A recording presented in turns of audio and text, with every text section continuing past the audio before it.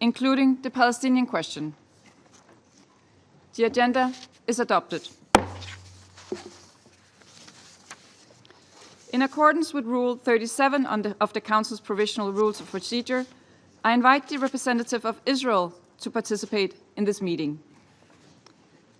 It is so decided.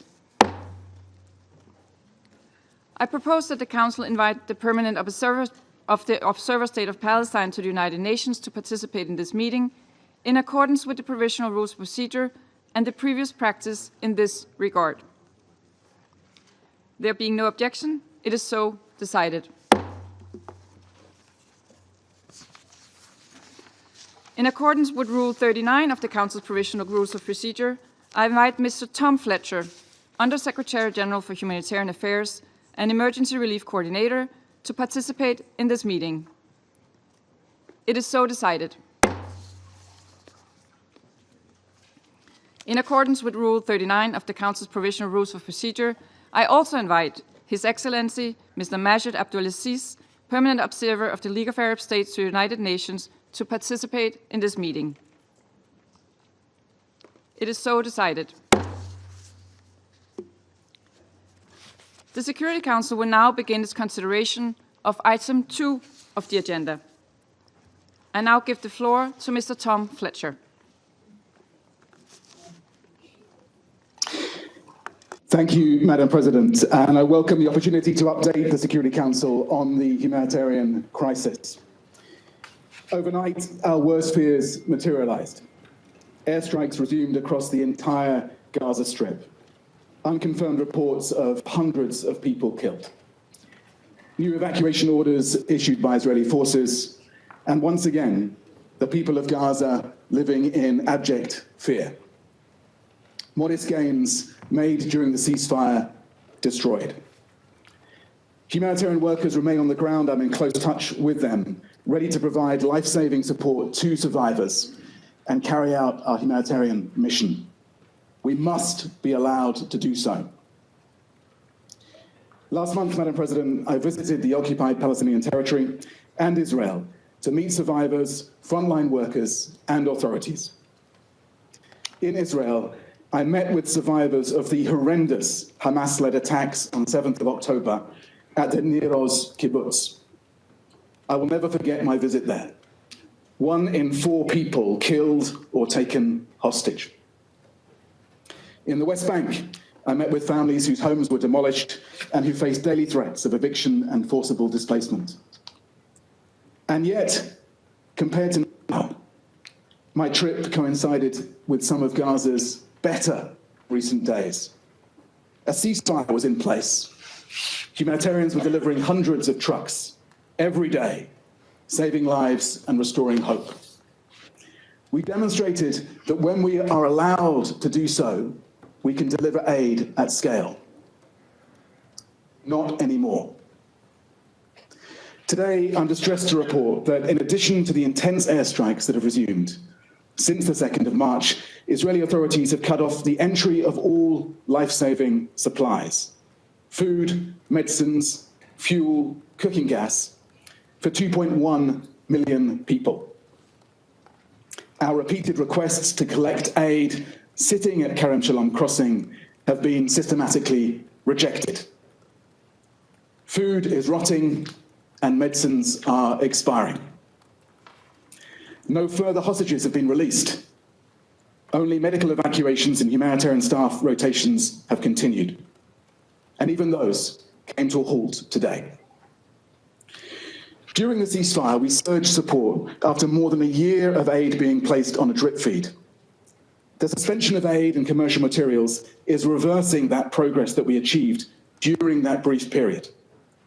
Essential survival resources needed are now being rationed.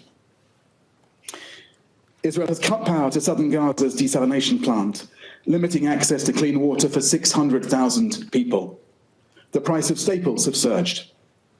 Vegetable prices in North Gaza have tripled. 6 bakeries subsidized by the World Food Programme have closed due to shortages of cooking gas.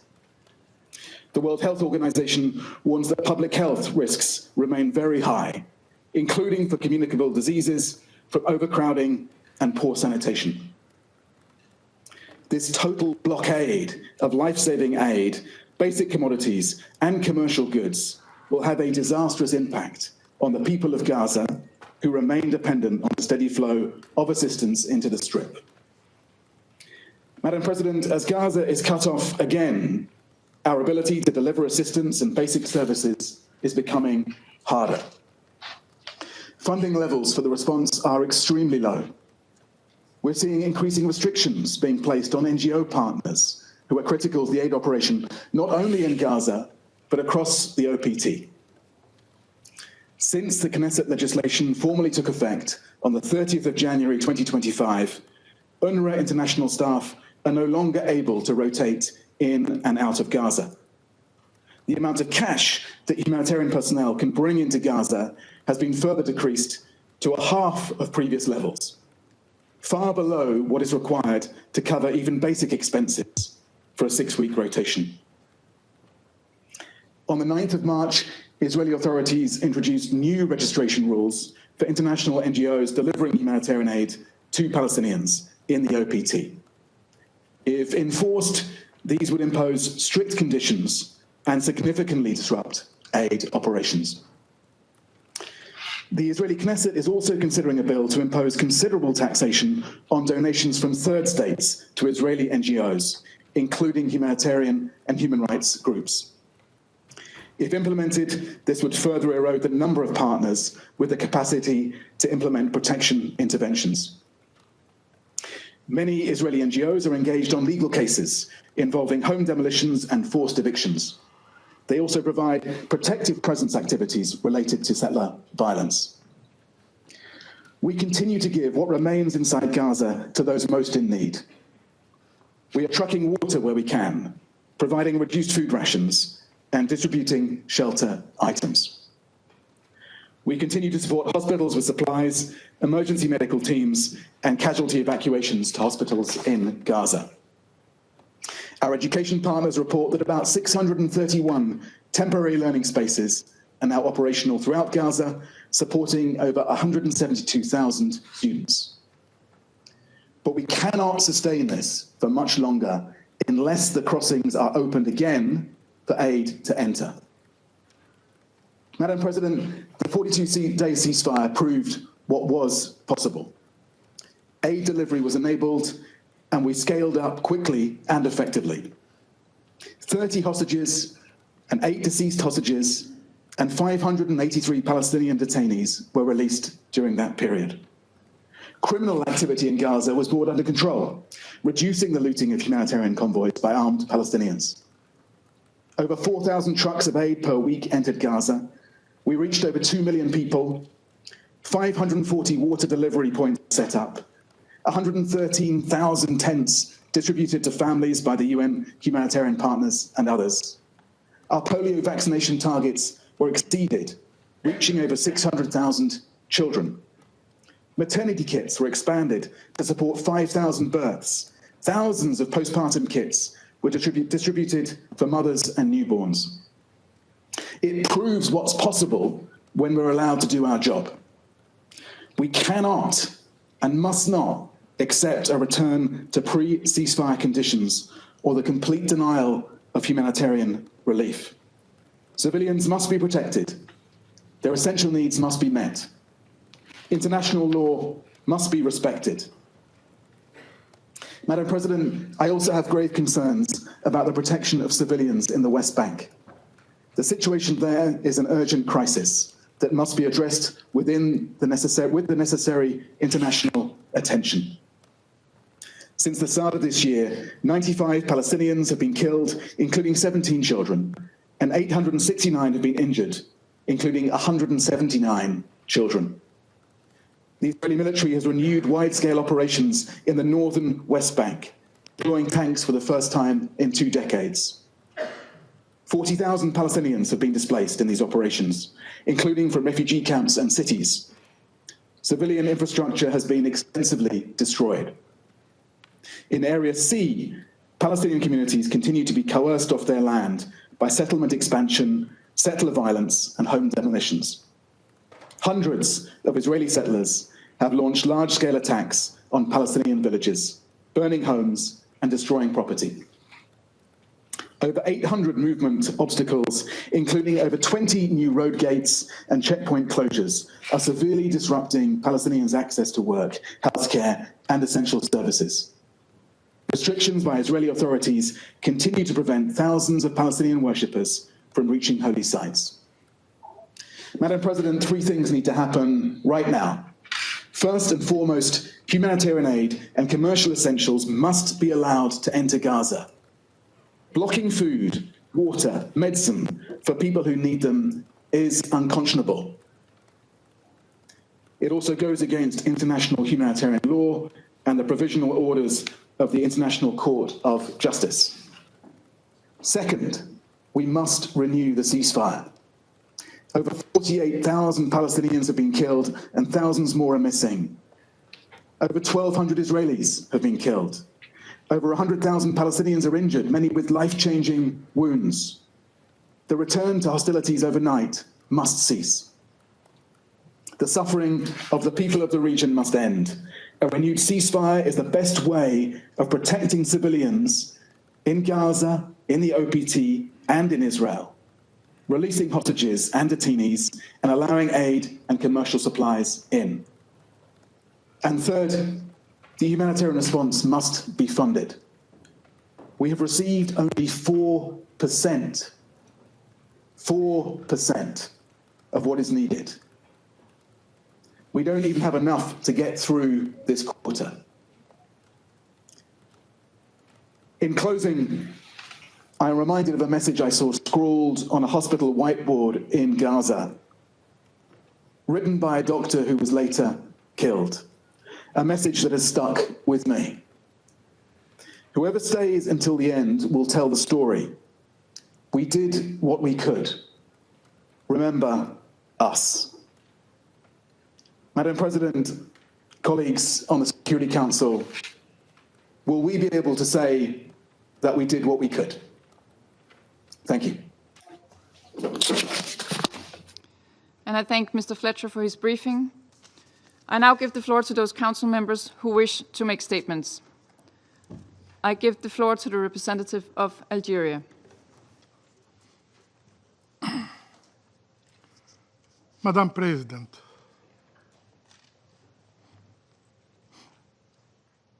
at the outset, I would like to express my sincere gratitude to Mr. Tom Fletcher for his sobering and alarming briefing. Algeria requested this meeting to address the blockade on Gaza, but recent development have made it more urgent and necessary as we witness another chapter of collective punishment being inflicted upon the people of Gaza. This is not a routine briefing on the ongoing suffering enduring by the Palestinian civilians in Gaza. This is not simply an account of deprivation. It is a plea for justice against an Israeli occupying authority that has weaponized starvation as a tool of war. This is, without a doubt, a war crime. The time has come for accountability. No one is above the law. Today, the world can no longer ignore the grim reality of the Israeli occupation. Today, the truth about the Israeli occupation overload for so long can no longer be hidden. as Algerians, we know, we understand the cruelty and the oppression of the occupation, because we have enduring it for over 130 years. Occupation, the most horrible, the most shameful chapter in modern history, continues to wreak havoc, and it must be ended wherever it exists. Madam President, for now over 2 weeks, not a single aid truck have been allowed to enter Gaza. Not one. This deliberate blockade, timed to coincide with the holy month of Ramadan, is a calculated effort to break the resilience of the Palestinian people. With nearly 18 months of hunger already endured, 80% of Gaza's population has seen their sources of food vanished. Yet, as if starving people weren't enough, the Israeli occupying power is using water, yes, water, as a weapon of war. UNICEF reports that only 1 of 10 people in Gaza have access to clean water. And Israel has also taken the step of cutting off Gaza's electricity supply. The result? The sole desalination plant in Gaza is about to shut down, leaving an already weakened population without clean water. Without clean water. Are we really going to wait until more lives succumb to hunger and to epidemic? Madam President, this is not just about withholding aid. The Israeli occupation has targeted the entire Gaza's food system, making it impossible for the people to feed themselves today, and very difficult to sustain themselves in the future. According to the UN Special Rapporteur on the right to food, Mr. Michael Fakhri, Israel is not merely obstructing aid. It is methodically dismantling Gaza's food infrastructure. Moreover, after attacking UNRWA, the backbone of Gaza's humanitarian aid, Israel, as an occupying power, has imposed new restrictions on all NGOs, thus creating new administrative obstacles to their ability to operate and assist the Palestinian people. The Palestinian NGO network has rightfully condemned this move, calling it a deliberate attempt to silence international aid organizations and isolate Palestinian voices from the global community. Amidst this humanitarian catastrophe, the Israeli occupying forces brazenly took the liberty of killing Palestinians, completely disregarding the ceasefire agreement. Just this night, just last night,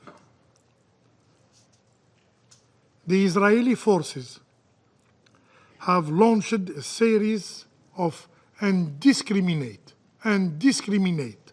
airstrikes across Gaza, resulting in the death of more 400 people, the majority of them women and children. Once again, Palestinian blood is being used as a tool for the political calculations of the Israeli politicians. We condemn firmly these attacks, which constitute a violation of the ceasefire agreement reached 2 months ago. And we remind all parties that Resolution 2735 guarantees the continuation of the ceasefire as long as negotiations are ongoing. We also emphasize the responsibility of the mediators, the United States, Egypt, and Qatar, in ensuring compliance with the ceasefire agreement. Madam President, the International Court of Justice has already spoken on this matter. In its provisional measures, the ICJ has ordered Israel as the occupying power to immediately take all necessary actions to ensure the unimpeded delivery of urgent humanitarian aid to the people of Gaza.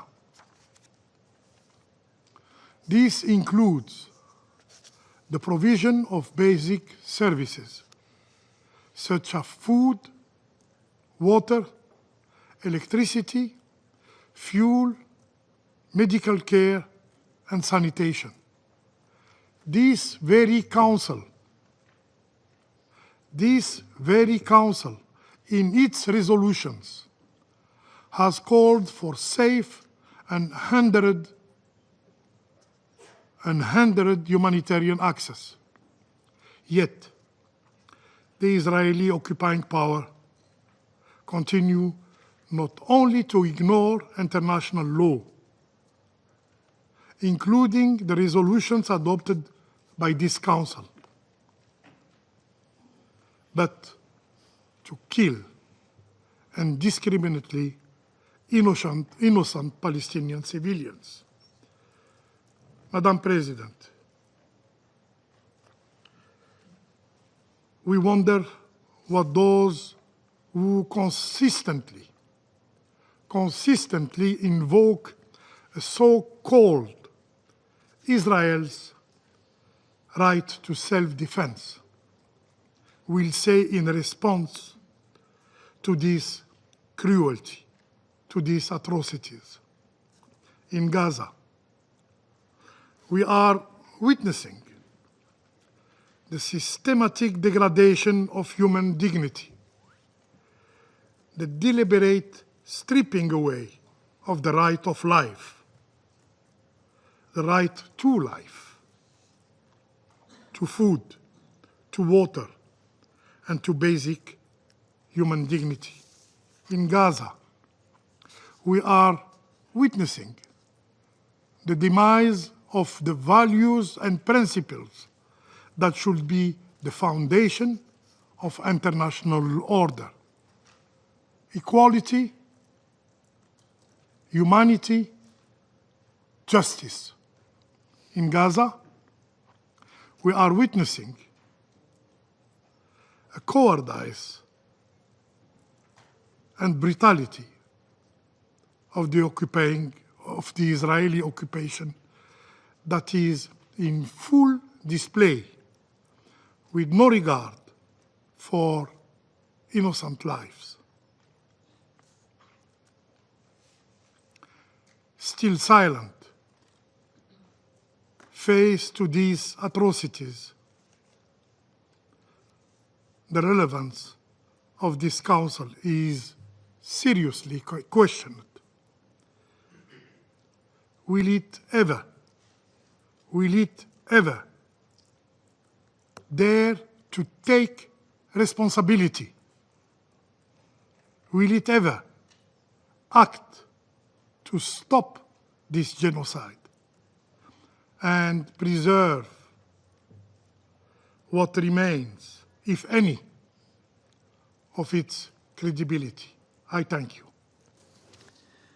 I thank the representative of Algeria for the statement. I give the floor now to the representative of Somalia.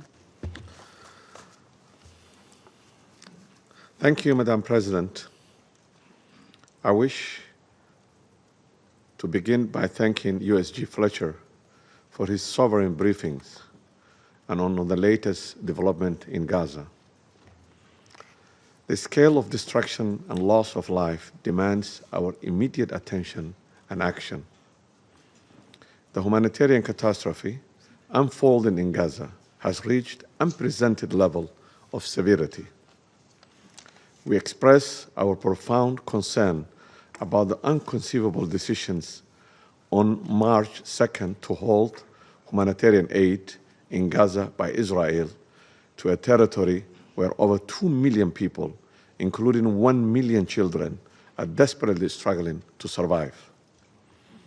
The suspension of humanitarian operation at the time when humanitarian needs are at their most critical threatens to completely unravel the already fragile humanitarian response.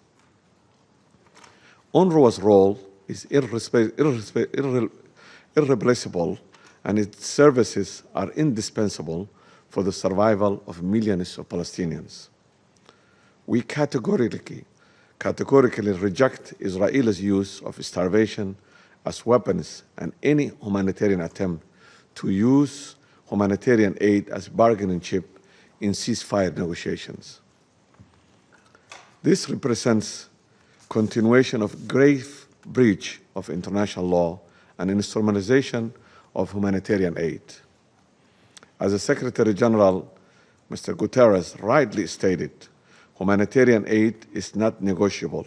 It must flow without impediment as required by the international law and basic human dignity.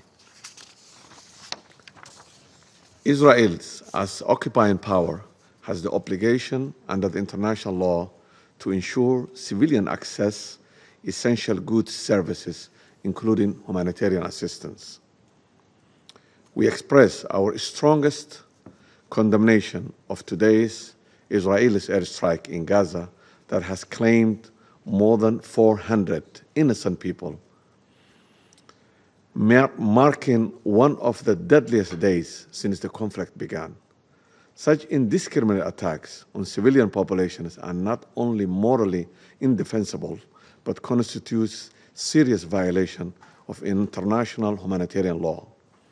This dangerous escalation threatens to plunge the region back into full-scale war at a time when humanitarian needs are most acute.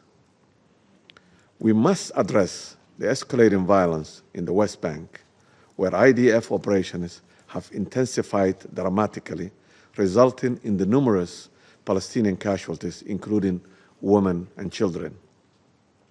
Additionally, the illegal expansion of settlement, demolition of homes, and systematic violence against Palestinian civilians represent a dangerous pattern of aggression that threatens to further destabilize the region.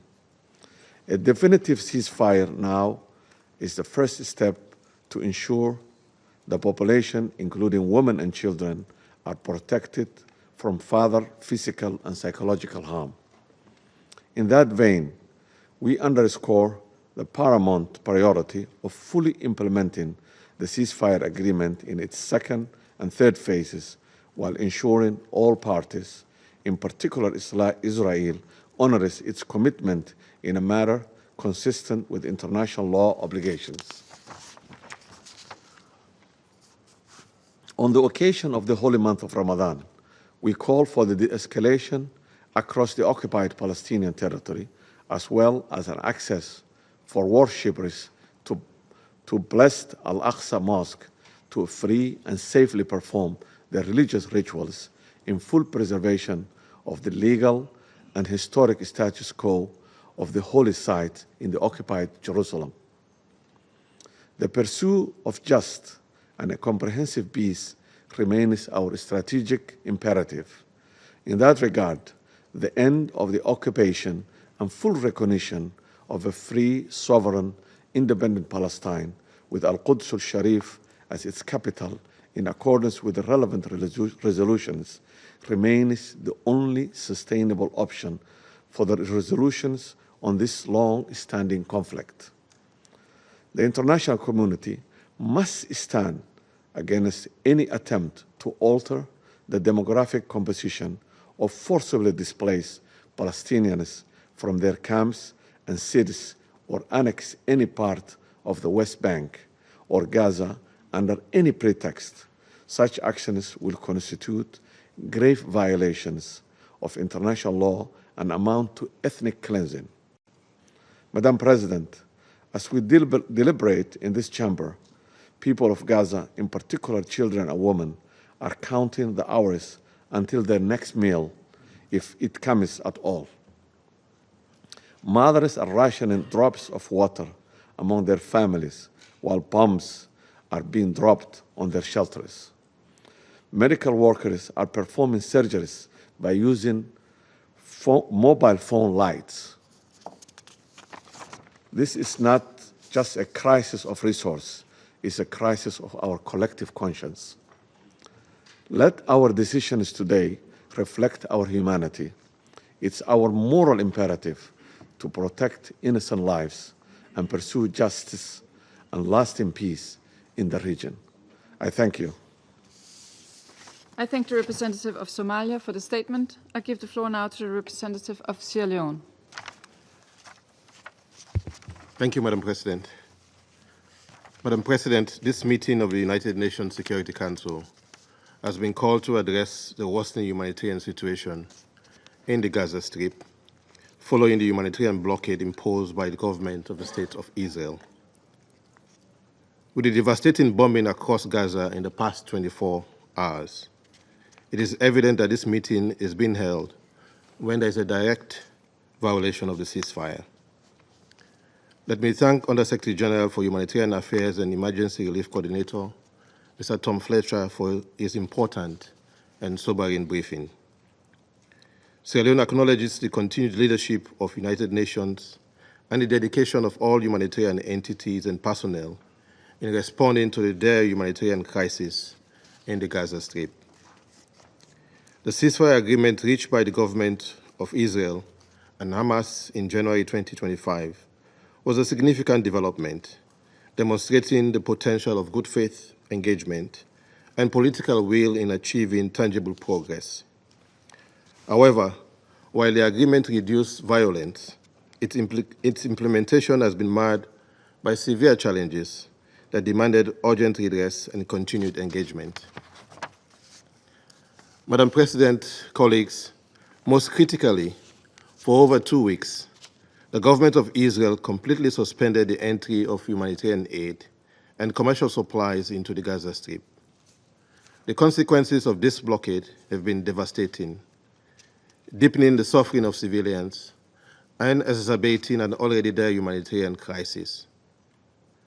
The deliberate withholding of food, water, medical supplies, and electricity, particularly when imposed on a besieged population already facing extreme hardship, constitute, in our view, collective punishment, a violation of the Fourth Geneva Convention. Since March 2nd, humanitarian aid has been completely blocked from entering Gaza, leaving 1.9 million displaced persons without food, medical care, or other life-sustaining assistance. The United Nations Relief and Works Agency, UNRWA, and other humanitarian organizations have reported massive shortage of food, medicine, and medical supplies, further exacerbating the dire conditions in overcrowded shelters and hospitals. Of particular concern, a report from UNFPA and UNICEF regarding the prolonged denial of reproductive health services for women and girls, further violating their right to health and dignity. The cutting off of electricity has worsened the crisis, rendering hospitals and health facilities unable to operate critical life-saving equipment. The collapse of the main desalination and purification plant has deprived thousands of families, including children, of access to clean drinking water, exacerbating risk of waterborne diseases and severe malnutrition. Under international law, the State of Israel, as the occupying power, has clear obligations under the Fourth Geneva Convention, requiring it to ensure the provision of food and medical supplies to the civilian population, to maintain medical and hospital services, and to allow and facilitate humanitarian relief operations and their rapid distribution. The deliberate obstruction of humanitarian aid in Gaza is a serious violation of these obligations. Additionally, Sierra Leone recalls the provisional measures ordered by the International Court of Justice in 2024 in the South Africa versus Israel case, which specifically required the government of Israel to take immediate steps to ensure unimpeded humanitarian access into Gaza. The continued blockade defies the court's binding ruling and further endangers the civilian population. It appears there is a manifest pattern of conduct directed at the Palestinian people that should cause this council to sound the alarm, as others have done. The airstrikes by the Israel Defense Forces in Beit Lahia, northern Gaza, reported to have killed 8 workers and journalists 3 days ago, raised grave concerns about a potential resurgence of hostilities after the ceasefire respite, increasing the risk of regional escalation and reversing the fragile gains made since the ceasefire. It has been further reported that overnight, the IDF carried out extensive strikes in the Gaza Strip, with more than 400 Palestinians reported to have been killed. Are these actions not a deliberate infliction of condition of life calculated to bring about the destruction of the Palestinian people? The collective punishment, indiscriminate killings, and withholding of food, water, and medical supplies essential for survival? Like a canary in the coal mine, we must sound the alarm. The intentional deprivation of humanitarian aid, when combined with the scale of suffering, displacement, and reported rhetoric from high-ranking officials advocating for such measures, raising serious concerns. This Council and the international community has a duty to act and to fulfill its obligations. So Leone calls on the Security Council to take urgent action to ensure the immediate and full resumption of humanitarian aid to Gaza and to uphold international humanitarian law. We stress the importance of, first, reaffirming that the State of Israel, as the occupying power, must comply with its obligation under the Fourth Geneva Convention and international humanitarian law. Second, ensuring full compliance with the ICJ's provisional measures which demand unimpeded humanitarian access. Third, supporting the protection of humanitarian workers who continue to risk their lives to deliver essential services under severe restrictions. UNRWA, UNICEF, and WHO remain critical actors in sustaining the fragile healthcare system and addressing the needs of premature newborns, young children, and elderly patients vulnerable to diseases.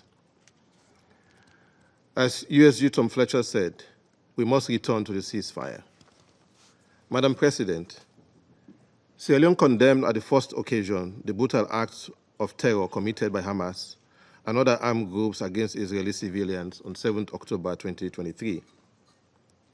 We affirm the prohibition of hostage-taking under international law and demand the immediate and unconditional release of all hostages held by Hamas since 7 October 2023. We are clear and unequivocal on this point, while noting and respecting the agreed arrangement for the release of Palestinian detainees endorsed by this Council. We therefore emphasize the necessity of sustained diplomatic engagement to consolidate the ceasefire agreement and address outstanding issues. A just and lasting solution to this crisis requires the full and immediate restoration of humanitarian aid access, respect for international law and accountability, the protection of civilians and humanitarian workers, and a political resolution based on the two-state solution, ensuring security and coexistence for both Israeli and Palestinians. This Council must remain steadfast in upholding its responsibility to maintain peace, security, and justice. The cost of inaction is too high, and the suffering of the people in Gaza, the occupied Palestinian territory, and Israel cannot and must not be ignored. I thank you. I thank the representative of Sierra Leone for the statement, and I give the floor to the representative of Guyana. Madam President, thank you for organizing today's briefing, and my thanks as well to USG Fletcher for his sobering briefing. Madam President, Palestinians are observing another Ramadan marked by deprivation and renewed destruction. More than 400 of them were reportedly killed in the last 24 hours.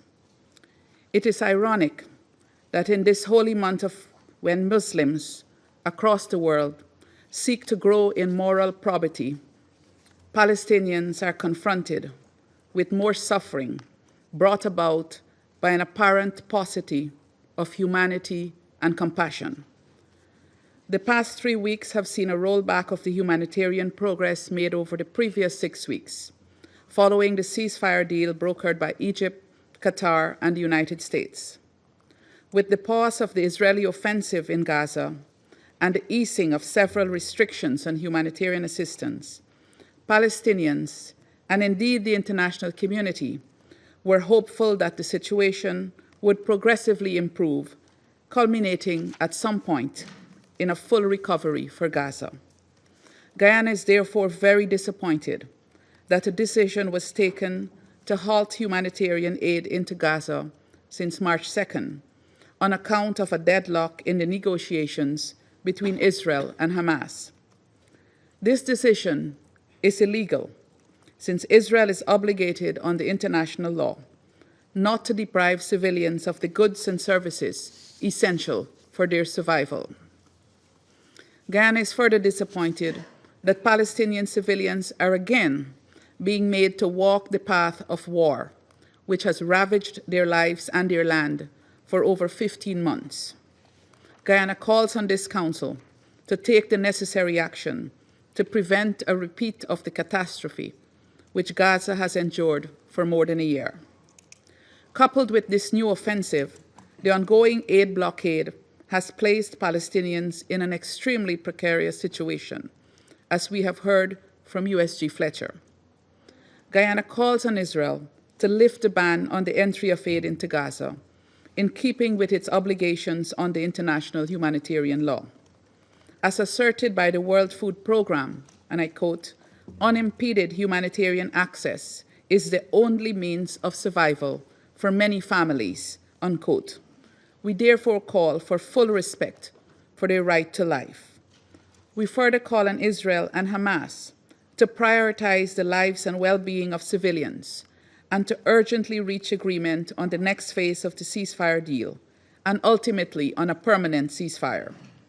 We also call on Israel to halt airstrikes on Gaza, as these only strain the negotiating environment in addition to bringing more death and destruction. Madam President, as the largest gathering on women's empowerment and gender equality, the Commission on the Status of Women is currently meeting in New York. Allow me to speak on the pained reports of the situation of women and girls in Palestine, both in Gaza and the occupied West Bank.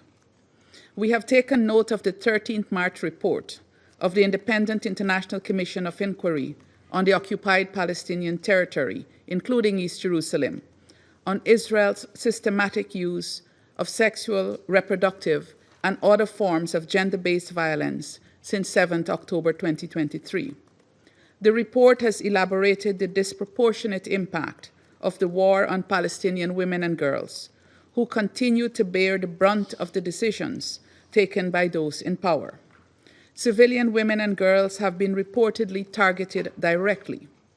Women have died from complications related to pregnancy and childbirth because of restrictions imposed and conditions created by the war.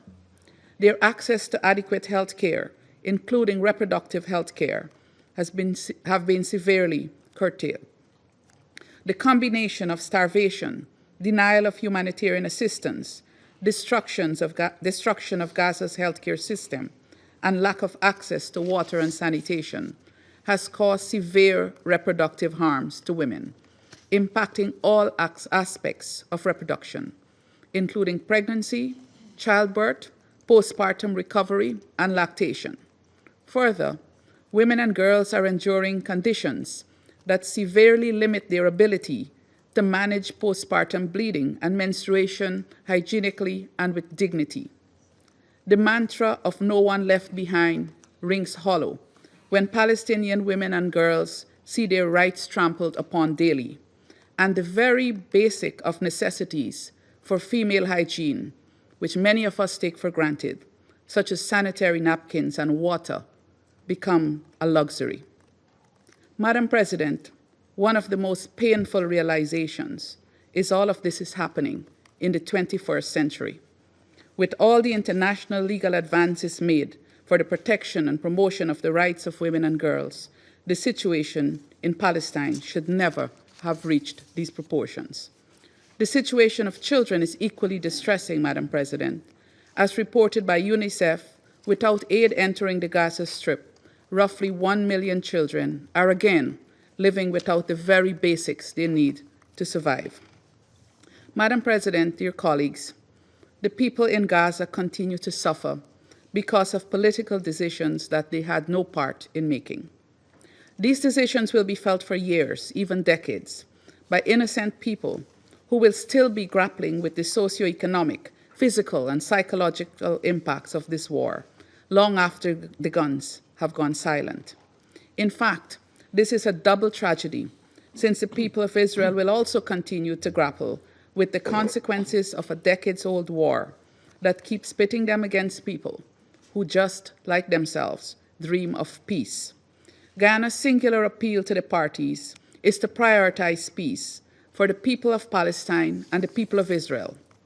In so doing, we reiterate the need for an immediate, unconditional, and permanent ceasefire to create the conditions for the recovery and reconstruction of Gaza.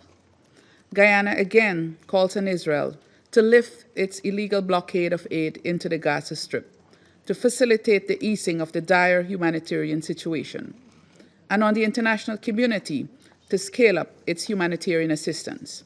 We also reiterate the demand for the immediate and unconditional release of all remaining hostages from Gaza and of Palestinian prisoners detained in Israeli jails without charge. Finally, Guyana calls for earnest efforts towards a lasting, just, and comprehensive peace between Israel and Palestine, premised on the two-state solution. Guyana remains committed to doing its part to this end. I thank you. I thank the representative of Guyana for the statement. Before I give the floor to the representative of France, I would like to announce our...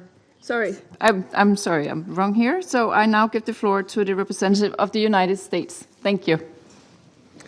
Thank you, Madam President. And thank you, Undersecretary General Coordinator Fletcher, for your briefing. Madam President, colleagues, the blame for the resumption of hostilities lies solely with Hamas. This brutal terrorist organization has steadfastly refused every proposal and deadline they've been presented over the past few weeks, including a bridge proposal to extend the ceasefire beyond Ramadan and Passover, to allow time to negotiate a framework for a permanent ceasefire. Hamas refused this offer, preferring still to hold hostages captive and hide amongst the people of Gaza, using them as human shields. It is the people of Gaza who will suffer further because of Hamas's disregard for human life. Madam President, in this context, I want to respond to the allegation of indiscriminate attacks by the IDF. The IDF is striking Hamas positions. It is well known that Hamas continues to use civilian infrastructure as launching pads, and the United States condemns this practice, as should others. President Trump has made clear that Hamas must release the hostages immediately or pay a high price, and we support Israel in its next steps. Hamas must release the hostages it abducted more than 17 months ago. Doing so would enable loved ones to be reunited and allow the return of remains for those killed while being held by Hamas. Unfortunately, Hamas has refused all attempts to find a way to extend the ceasefire. It has been weeks since Hamas has released any hostages. We must recognize Hamas's savagery for what it is. This terrorist organization committed the worst massacre of Jews since the Holocaust, raped and engaged in sexual violence toward Israeli hostages and other victims of the attack, released multiple hostages in a condition reminiscent of Holocaust survivors, and murdered and then paraded the coffins of the Bibas children through the streets. President Trump has been clear.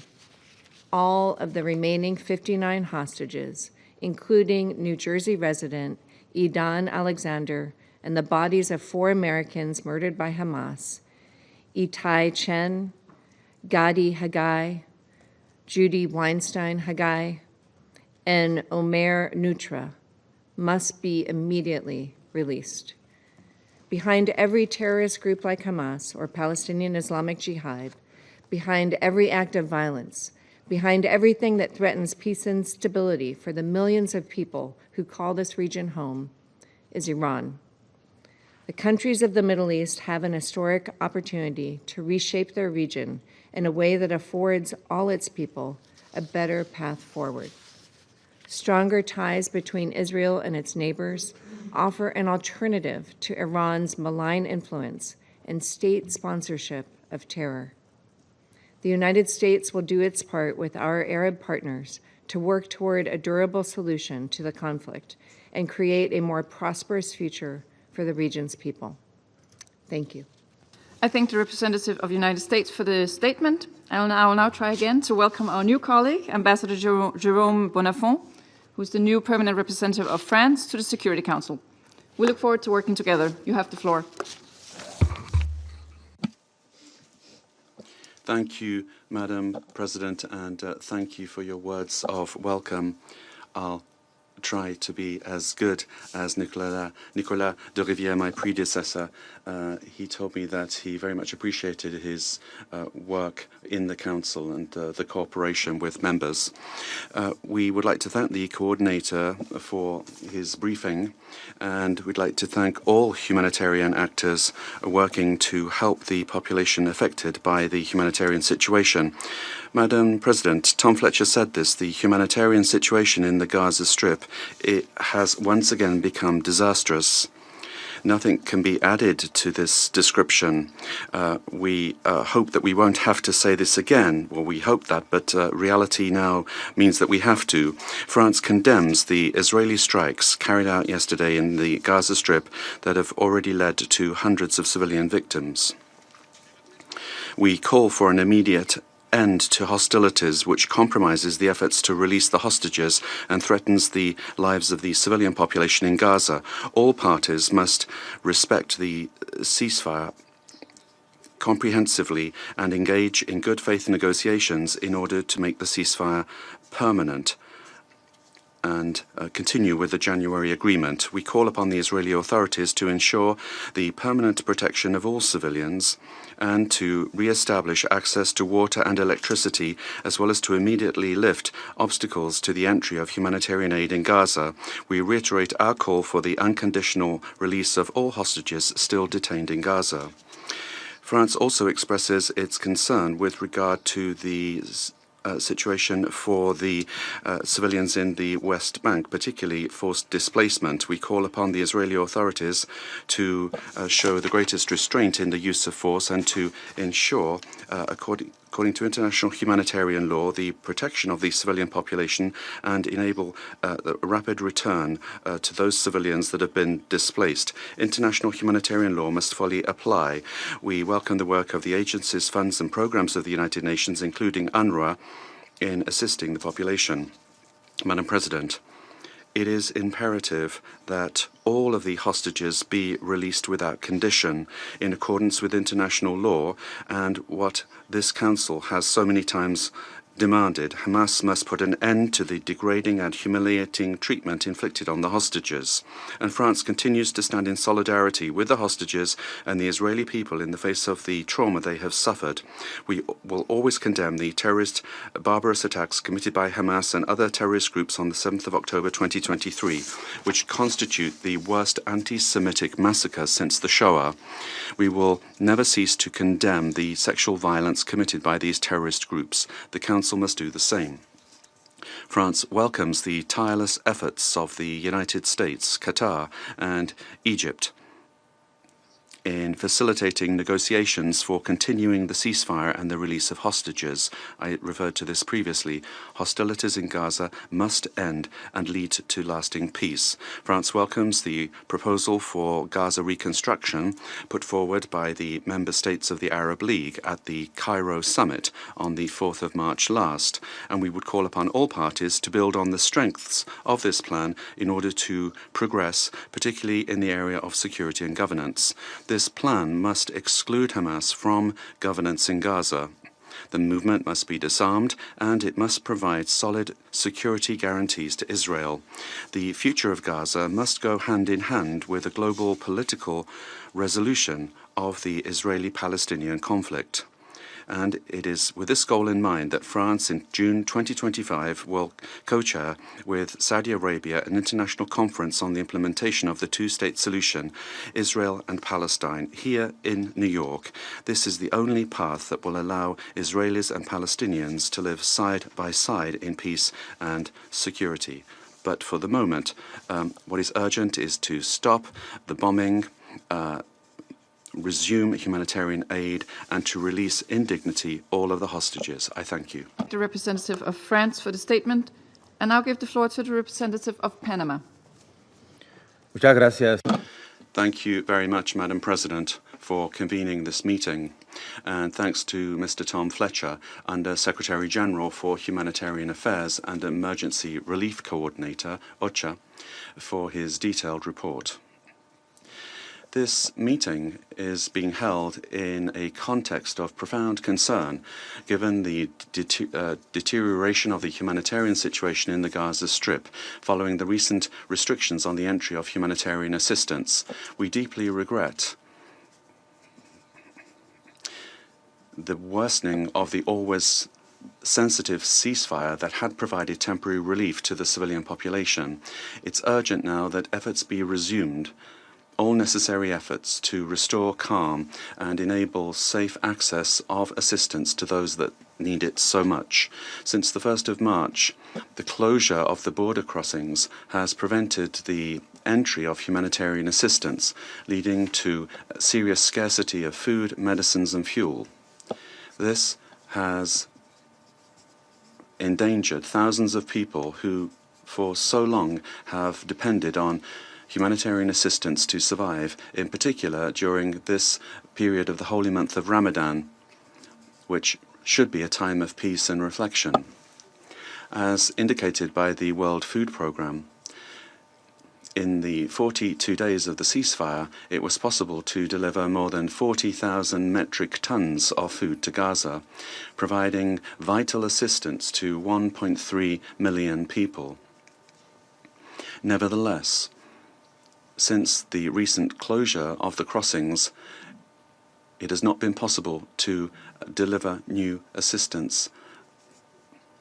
The suspension of the electrical supply, according to OCHA, has further worsened the situation. The disconnection of the desalination plant in the south of Gaza has drastically reduced access to drinking water, affecting some 600,000 people in various communities in the Strip, which seriously endangers public health and humanitarian security. In the midst of this crisis, it's fundamental to recognize the tireless work of the humanitarian actors who are working in extreme conditions to alleviate the suffering of the population. Panama very much appreciates the hard humanitarian work that is being done that has been done and made it possible to vaccinate more than 603,000 children against polio during the truce, thanks to the joint work of the WHO, UNRWA, and UNICEF. This effort demonstrates that when safe access is guaranteed, it is possible to protect the lives of the most vulnerable. That is why it is fundamental that measures be renewed that will facilitate the entry of supplies in a safe and sustainable manner. Madam President, it is important to recall that this crisis is not only the result of control and security measures that make it difficult to provide humanitarian access. The suffering and destruction that we see in Gaza is the direct consequence of the extremist actions of Hamas and their inhumane attack on the 7th of October, which unleashed this tragic spiral of violence. To that, we have to now add the current refusal of Hamas to meet the commitments agreed upon in the framework of the ceasefire and to release additional hostages. This has endangered thousands of innocent civilian lives. Hamas has not only sown terror, but it has exploited the suffering of the population of Gaza as a political bargaining chip. Panama has categorically condemned, and we do condemn this behavior, and we demand the immediate and unconditional release of all hostages that remain in their power. Madam President, on the other hand, looking at this painful reality, Panama would also like to stress that any sustainable solution must be guided by unconditional support for human dignity and the moral imperative of protecting civilians. We cannot allow innocent people to continue to pay the price for this tragedy. The time has come for the parties to act showing human sensitivity and constructive political will. This is what is needed in order to avoid further suffering and in order to save more lives. Any initiative must be rooted in the deepest empathy and the most genuine compassion. It's not just an issue of providing and distributing food and medicines. It is extending a hand to the efforts that are necessary to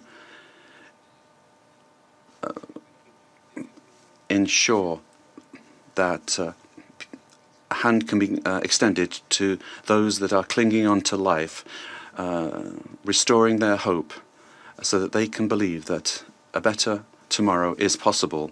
Panama appreciates the diplomatic efforts underway and that should continue in order to restore the ceasefire, which unfortunately was interrupted, and this is further worsening the suffering of the civilian population.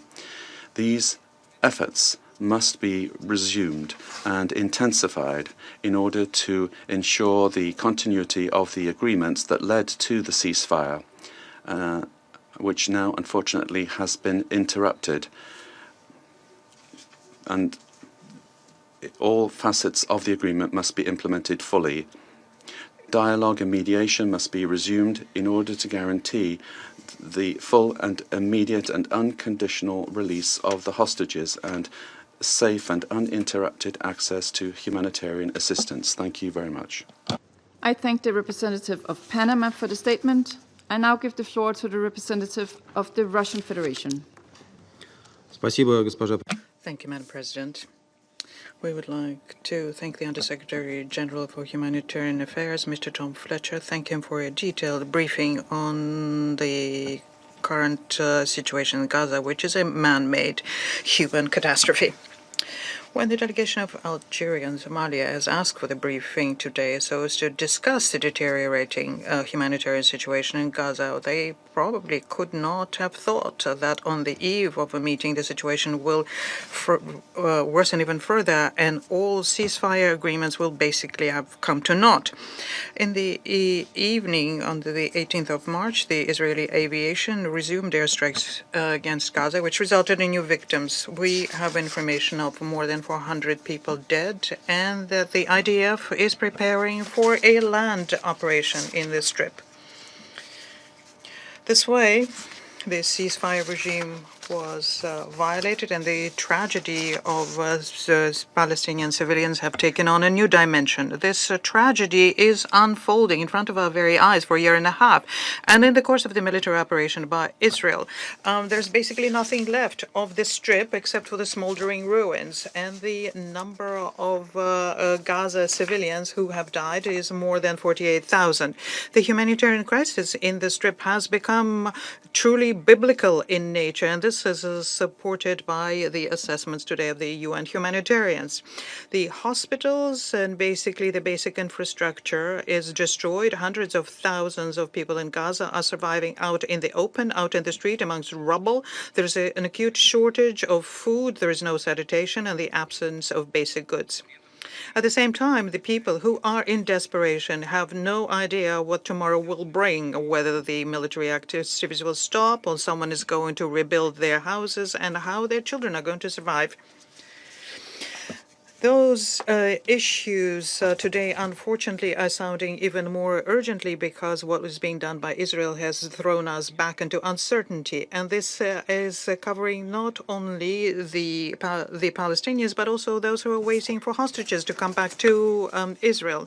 The Association of 7 Hostages families stated today that the Israeli government had decided to sacrifice them and undermine the very process that should have resulted in their return. Instead of that, what we're seeing is the logic of edging the Gaza people out of their land has prevailed. And this is at the time when all of the suffering, which is beyond human comprehension, the people in Gaza, as we know from many sources, do not want to leave, and they only see their future as a future on their homeland. This is the right that they have suffered for, and the duty of international community is to make sure that everything is done, that this right is implemented. They have to get a chance for a safe and dignified future in the Strip, and the Palestinian people as a whole a chance for creating their state.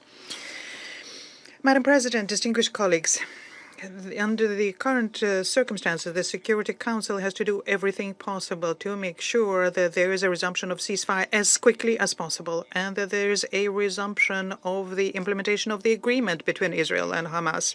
We should not repeat the mistakes of before. The number of Gazans died over the recent time is so high because the Security Council was unable to make an earlier decision on a ceasefire. And this is a very bitter lesson that the Security Council members should learn and not repeat, because no political considerations can justify such a delay which resulted in the lives lost for such a high number of people.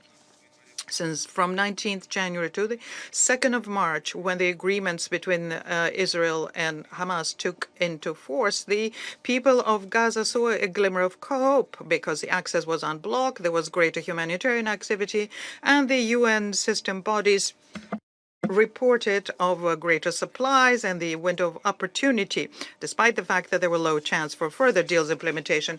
Unfortunately, this glimmer of hope went out as quickly as it appeared.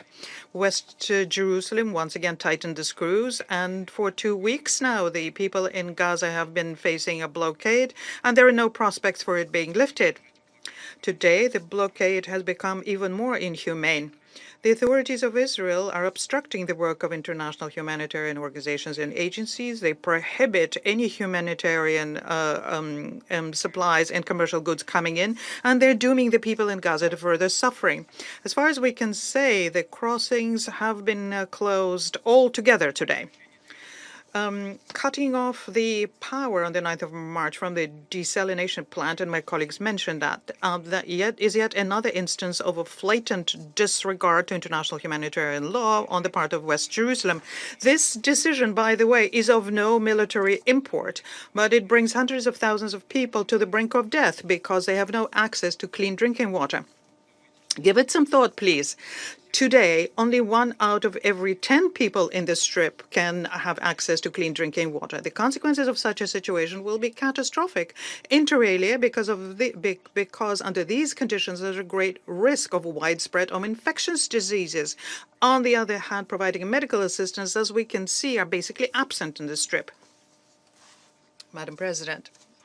And the most serious concern is caused by a continued crisis with UNRWA. The open prosecution of the agency, the Knesset decision to ban its functioning on what's being called the sovereign territory of Israel, only adds to the picture of an intentional undermining of the humanitarian response in this Strip.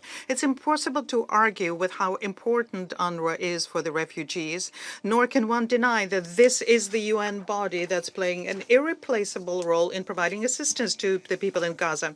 We once again state with our unflagging support for UNRWA and recall the role the agency played in Middle East settlement, including dealing with one of the final status issues, namely the Palestinian refugees. Against this background, we hear from Israel the statement that they have some kind of a plan whereby Western Jerusalem would take full control over the supply and distribution of humanitarian assistance. There are very few details on this plan, but there is every reason to think that this plan, in case it's implemented, will not just seriously limit the operational possibilities for international bodies in Gaza, but also will undermine the 2720 mechanism which was created under a Security Council decision. It is also clear that such a plan cannot replace a large-scale UN humanitarian assistance. The situation is further compounded by the fact that Israel, as an occupying power, is refusing to shoulder the responsibility for providing the needs of the people under occupation. We can see that such notions as the care for the people or protection of civilians are not among the principles and the methods used by the IDF in their military operations, where they used heavy weaponry in the Strip and in the West Bank. And the West Bank situation is something that we are going to discuss this Friday. The humanitarian bodies of the UN have shown that they can, especially if there's a ceasefire, conduct effective work in the Strip and save people's lives. They need to be supported as much as we can and protect humanitarians from persecution on behalf of West Jerusalem, and this is purely political in nature. The suffering on people should not be used as a weapon of war, blackmail, or a lever of exerting influence on Hamas and the international community as a whole, and yet this is exactly what's happening. Madam President, we strongly condemn the measures introduced by Israel and think that their use is a key obstacle on the road towards easing the suffering of 2 million people in Gaza. And we call on the Israeli authorities to immediately lift the restrictions and to end the restrictions on humanitarian action in the entire OPT, including the Strip and the West Bank. We reiterate our consistent and constant line for a ceasefire, the release of all hostages and detainees, ensuring there's unimpeded humanitarian access to the OPT, and their return to the peace process on the basis of the 2 states for the 2 peoples formula. We are convinced that without a just and lasting settlement ensuring the legitimate rights and aspirations of Palestinians to have their own state within 1967 border with a capital in East Jerusalem, without that, a vicious circle of bloodshed and violence in the Middle East will not be broken. I thank you for your attention. I thank the representative of the Russian Federation for the statement, and I give the floor to the representative of Slovenia. Thank you, Madam President. I would also like to thank Under-Secretary General Fletcher for his briefing. I also want to thank him for his efforts, and I want to thank and recognize sacrifices made by the humanitarian workers in Gaza and the region. You are doing everything you can. I would like to make 4 points. First, in conflicts, we as Slovenia don't take sides. We stand with peace, protection of civilians, and international law. We entered the Security Council with an idealistic aim of helping extending the zones of peace, protecting civilians, and promoting respect for the international law. And yet it seems so difficult to work for peace. It seems so difficult for warring parties to surrender to peace. Today, Israel resumed hostilities, setting in motion a new wave of strikes and evacuation orders. Hundreds of Palestinians were killed just today, and 2 million of them are facing a new cycle of hardship, destruction, and relentless fear. We condemn these attacks and we call on Israel to stop them immediately. Second, Slovenia has been supporting calls for the ceasefire time and again, and we continue calling on the parties to return to the agreement made with the support of mediators and guarantors, the United States, Qatar, and Egypt, in line with the Council Resolution 2735. 6 weeks of ceasefire has offered a much-needed relief to the people in Gaza and to the people of Israel, finally reuniting them with hostages. The Council should now be focusing on discussing the plans of rebuilding of basic infrastructure and reconstruction, in line with the vision provided by our Arab partners. This should be the time we launch a process leading to two-state solutions. Instead, we are back to pleading for sparing lives of civilians, Palestinians, and hostages, and for allowing food and water deliveries to Gaza. This is wrong in so many levels. Humanitarian aid and access to basic goods and services, including electricity, cannot be politicized. International law is clear, and it must be respected. Crossings to Gaza must be opened, aid must flow in, and humanitarian operations must run unimpeded. Third, we want to express our extreme concern over the information of plans related to humanitarian space, humanitarian bubbles, or whatever euphemism one likes. We also underline our strong rejection of any plans for a settlement of Palestinians. Fourth, it is roughly a year from the ICJ binding order on provisional measures focused on humanitarian aid, famine, and starvation in the case brought forward by South Africa. It is unacceptable that our conversations are still the same and that Council resolutions and ICJ orders are disregarded. Madam President, to conclude and to summarize, the resumed killing and destructions must end. Aid is not negotiable. It should not be weaponized. We denounce these actions, just as we denounce hostage-taking by Hamas. In Gaza, both Palestinians and hostages are being sacrificed. This vile war should not continue being fought on the shoulders of civilians. This is not only tragic for Palestinians and hostages in Gaza, but also for the credibility and relevance of the Security Council as the body responsible for maintenance of international peace and security. Thank you.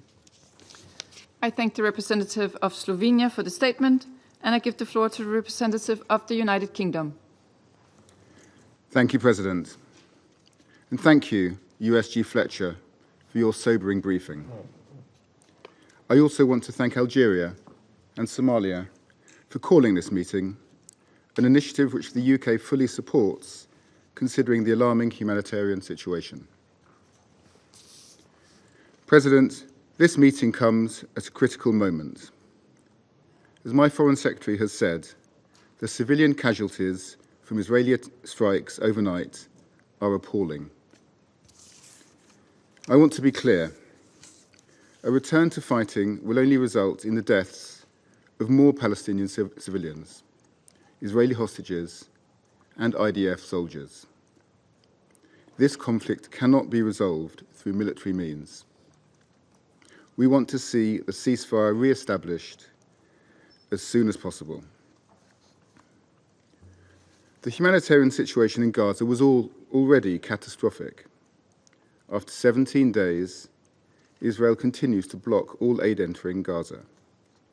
Crossing points have been shut off. Bakeries are closing. Hospitals and desalination plants are running on generators that could stop at any moment. This is horrifying and unacceptable. Humanitarian aid should never be used as a political tool. We are calling for the following urgent steps to bring this terrifying situation back from the brink. First, we call for the protection of civilians and for safe, rapid, unimpeded humanitarian access. We call on Israel to fulfill its international obligations and allow for a rapid and unhindered resurgence in the flow of aid. This includes the supply of items such as medical equipment, shelter items, and water and sanitation equipment, essential to meet humanitarian and early recovery needs in Gaza, but which remain restricted.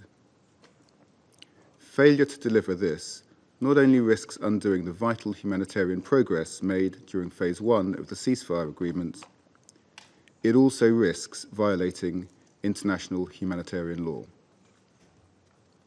Second, we urge all parties to return urgently to dialogue and to implement the ceasefire agreement in full, including scaling up aid and releasing the 59 hostages who've been cruelly held by Hamas for over 500 days and have endured unimaginable suffering. For Israel to be secure, these terrorists can have no role in Gaza's future.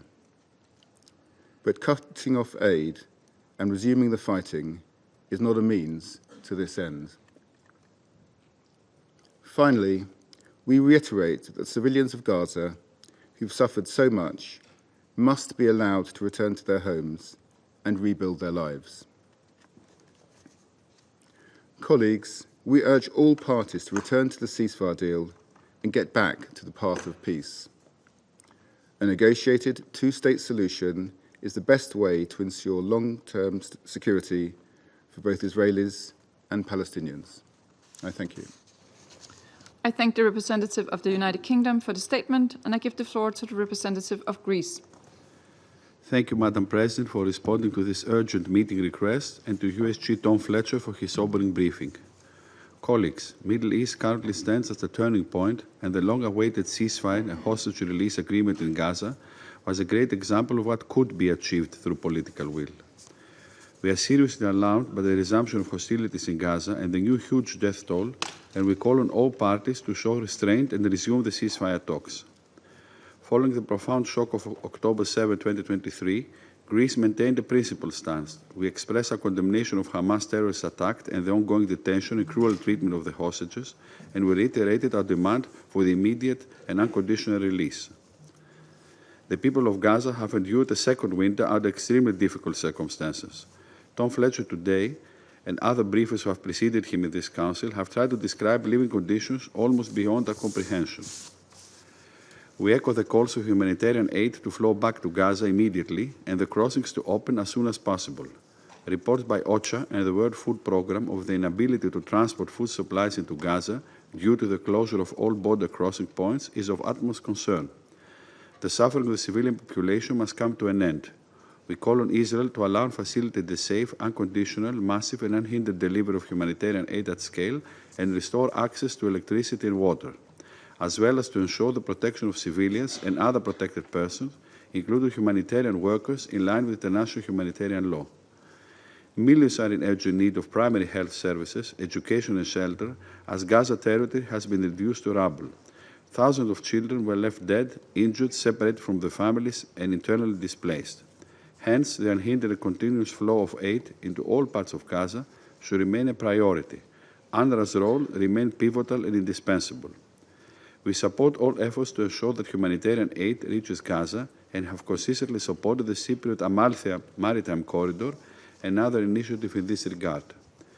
Within the EU, we took an initiative so that EU member states can assume the treatment of injured and sick children from Gaza. In this context, we welcome 10 children and their families from Gaza who are currently receiving treatment in Greek hospitals. OCHA warnings of increased settler violence across the West Bank is also alarming, as is the displacement of people, the unfolding security situation in Jenin following the intensification of operations and terrorist attacks in the West Bank. Madam President, we need a permanent ceasefire that can pave the way for the release of all remaining hostages and for the reconstruction of Gaza. In this vein, we welcome regional efforts to cohere and arm the single plan for the next phase in Gaza, and we stand ready to support and develop these ideas further. The Arab plan put forth by Egypt is a constructive proposal on the table.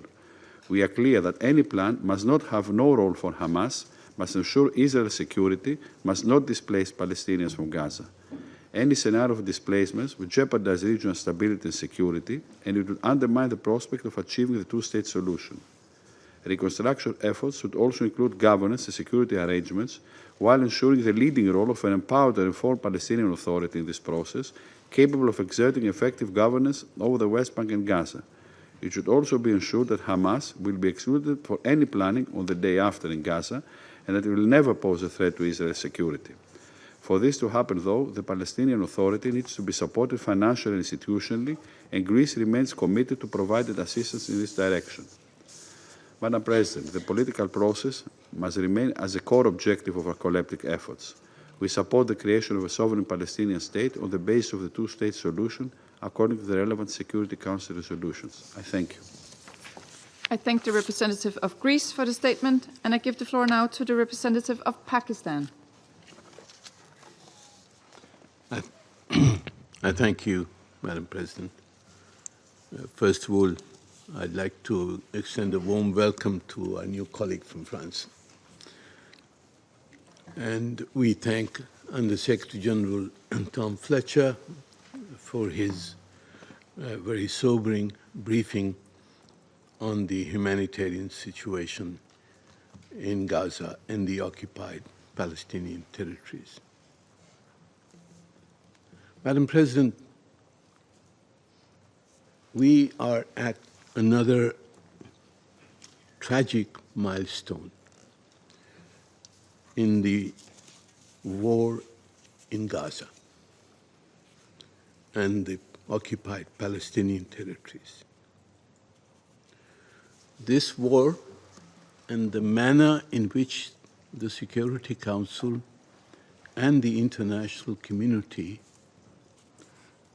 respond to the atrocities and actions that have been taken will have a lasting impact on the nature of the world order which we and succeeding generations inherit. 50,000 plus people have been killed in Gaza, 150,000 injured, and 2/3 of them have been women and children. Attacks on hospitals, schools, mosques, civilian centers. Every principle, every article of international law and international humanitarian law have been blatantly violated with impunity. Defying the resolutions of the General Assembly, of the Security Council, of the International Court of Justice. Unless the international community responds with justice to what has happened and is happening in the occupied Palestinian territories, our world order is likely to regress into the barbarism from which the Charter of the United Nations was supposed to rescue us.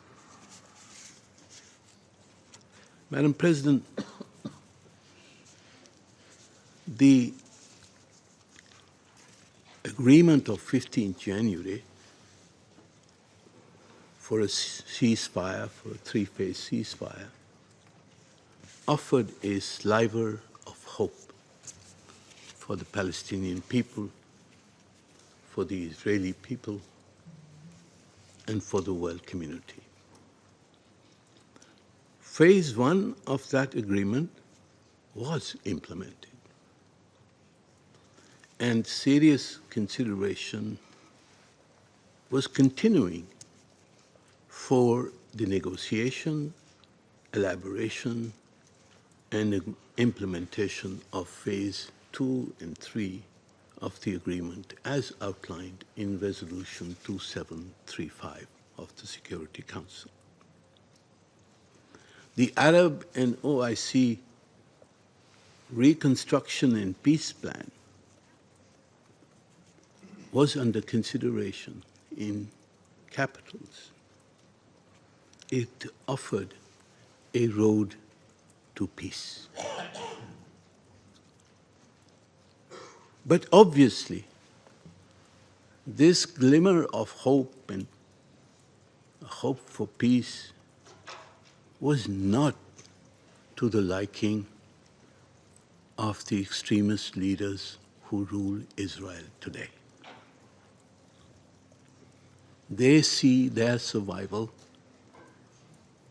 in the continuation of the war. But is this in the interest of the hostages? Is this in the interest of the Israeli people? Is this in the interest of the Palestinians? And is this in the interest of world order? I think the answer is obvious.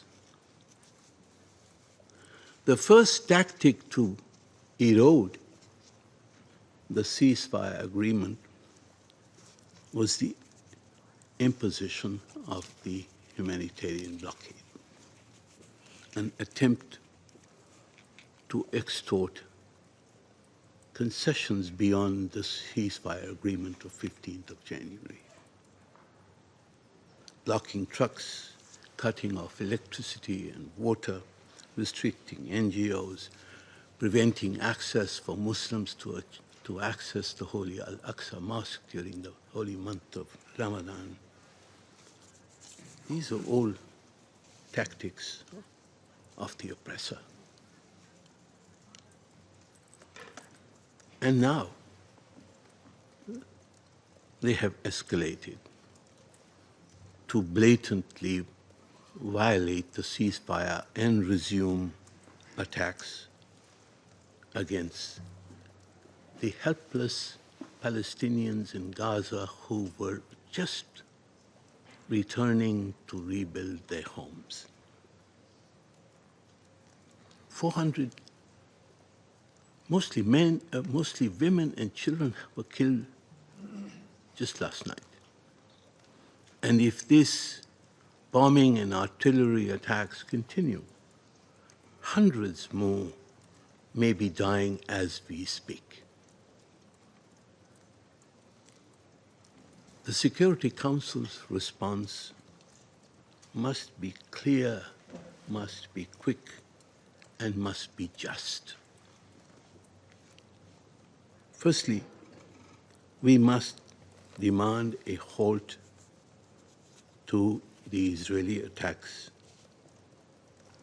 in Gaza and the implementation of Resolution 2735. I would like to add that even if there are military targets in civilian facilities, under the Fourth Geneva Convention, there is a prohibition to attacking such targets, even if there are military targets within those civilian facilities. It is a clear injunction of international humanitarian law and cannot be offered as an excuse for the killing of civilians, innocent men, women, and children. Secondly, we hope and ask that the negotiations on Phase 2 and Phase 3 of the ceasefire agreement reflected in Resolution 2735 must be resumed.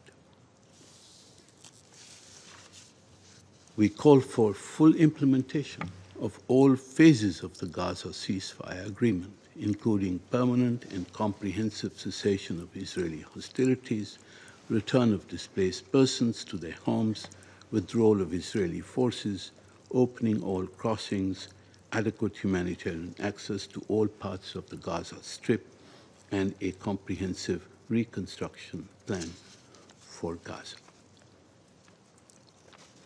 3, humanitarian assistance must be immediately resumed, and the restrictions that have been imposed must be lifted. According to Amnesty International, Israel's, and I quote, Israel's decision to block humanitarian aid to Gaza is a war crime and amounts to collective punishment of the civilian population. It's a continuation of the policy to impose on Palestinians conditions of life calculated to bring about their physical destruction. This is genocide, unquote. Madam President, we demand that adequate funding should be provided for coordinated efforts that are crucial to enable OCHA's 2025 flash appeal for the occupied Palestinian territories to be funded. Donor contributions today are only 173 million of a 4 billion that is required. And UNRWA's unparalleled capacity to deliver emergency, shelter, food, and medical assistance is irreplaceable and must be allowed to operate without obstruction. Fourthly, Madam President, the Israeli aggression in the West Bank must end. Forced displacements, illegal land annexations, and settler violence must be reversed in accordance with Security Council resolutions 2720 and 2334. Finally, Madam President, we must ensure the revival of a credible and irreversible political process towards a two-state solution and the establishment of an independent, sovereign Palestinian state within the pre-67 borders with Al-Quds al-Sharif as its capital. This is the only viable path to durable peace. The upcoming June conference, co-chaired by France and Saudi Arabia, is an important opportunity for the peaceful resolution of the Palestinian question and the implementation of the two-state solution. But, Madam President, to realize the possibility of peace, Israel's aggression, its attacks, and its slaughter of the Palestinians must stop. I thank you. I thank the representative of Pakistan for the statement, and I give the floor now to the representative of the Republic of Korea. Thank you, Madam President. I also thank USG Tom Fletcher for his detailed briefing on the dismal humanitarian situation in Gaza. Madam President, we are gravely alarmed by Israel's renewed offensive in Gaza, causing hundreds of fatalities, including scores of children today alone. We are also seriously concerned over the precarious fate of the hard-won agreement for ceasefire and release of hostages, as well as the quickly deteriorating humanitarian situation in Gaza. As repeatedly stressed by the members of the Security Council, it is clearly Israel's illegal obligation under international humanitarian law to allow and facilitate the rapid and unimpeded passage of humanitarian relief for civilians in need, including 1 million children. Hostage taking by Hamas is unacceptable under any circumstances. It must be condemned by all members of the Council. And to repeat our demand that all hostages be released immediately and unconditionally. However, Hamas' refusal to carry out its obligation does not justify blocking humanitarian aid or using it as a bargaining chip, which is unacceptable and strictly prohibited under international law. Neither does it justify the resumption of an intensive military offensive, causing massive civilian casualties. We take note of the horrifying remarks by USG Tom Fletcher during his press briefing last Wednesday, sharing what he witnessed in Gaza in January. And I quote, "I said to my colleagues, why are the dogs so fast? Why are the dogs so fed?" And he said, because the dogs are looking for curbs. And you notice that the people are thin for miles and miles and miles, unquote. During the implementation of the first phase of the ceasefire agreement, we witnessed the crucial impact of political will in easing the immense suffering of Palestinian civilians in Gaza. However, once again today, we are seeing and feeling with shock and concern a grim sense of déjà vu in relation to the unfathomable sufferings, insecurity, destruction, and hunger that has haunted civilians in Gaza for more than a year. Madam President, the horrendous terrorist attacks by Hamas on October 7th and Israel's massive military operations resulting in extreme anguish highlight once again the imperative to move toward a just and long-lasting solution to the conflicts between Israel and Palestine. A sober approach based on the acknowledgement of the legitimate rights and concern of both Israel's and Palestinians is the only option for durable peace and stability in the region. We call on Israel to immediately cease the offensive and all parties return to the negotiating table.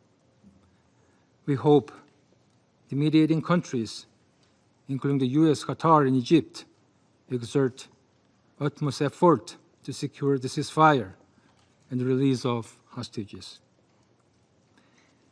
We believe that all phases of the ceasefire agreement endorsed by the Council through Resolution 2735 should be implemented in full, leading to the release of all hostages, a permanent end of hostilities, and the swift beginning of reconstruction based on international law. I thank you, Madam President. The representative of the Republic of Korea for the statement, and I give the floor now to the representative of China. Thank you, President. I thank Algeria and Somalia for calling today's meeting, and thank USG Fletcher for the briefing. I also welcome the new PR of France. With the implementation of a ceasefire on January 19, people in Gaza had a long-awaited respite, and the humanitarian disaster was relieved to some extent. However, as the first phase of the ceasefire expired on March 1st, the ceasefire agreement failed to enter the second phase. In spite of the strong calls from the international community to extend the Gaza ceasefire and the strong desire of the Gaza population for the resumption of peace and tranquility, the situation has moved in opposite direction. On March 2nd, Israel announced the decision to halt the entry of humanitarian aid to Gaza. On March 9th, it cut off the supply of power to Gaza. Just yesterday, Israel launched large-scale airstrikes on Gaza, causing hundreds of civilian casualties. China regrets the harm done to the hard-won ceasefire and is gravely concerned about Israel's resumption of hostilities in Gaza. We strongly condemn this. We strongly urge the abandonment of the force logic of supremacy of force. Military means is not the way to solve the Palestine-Israel question.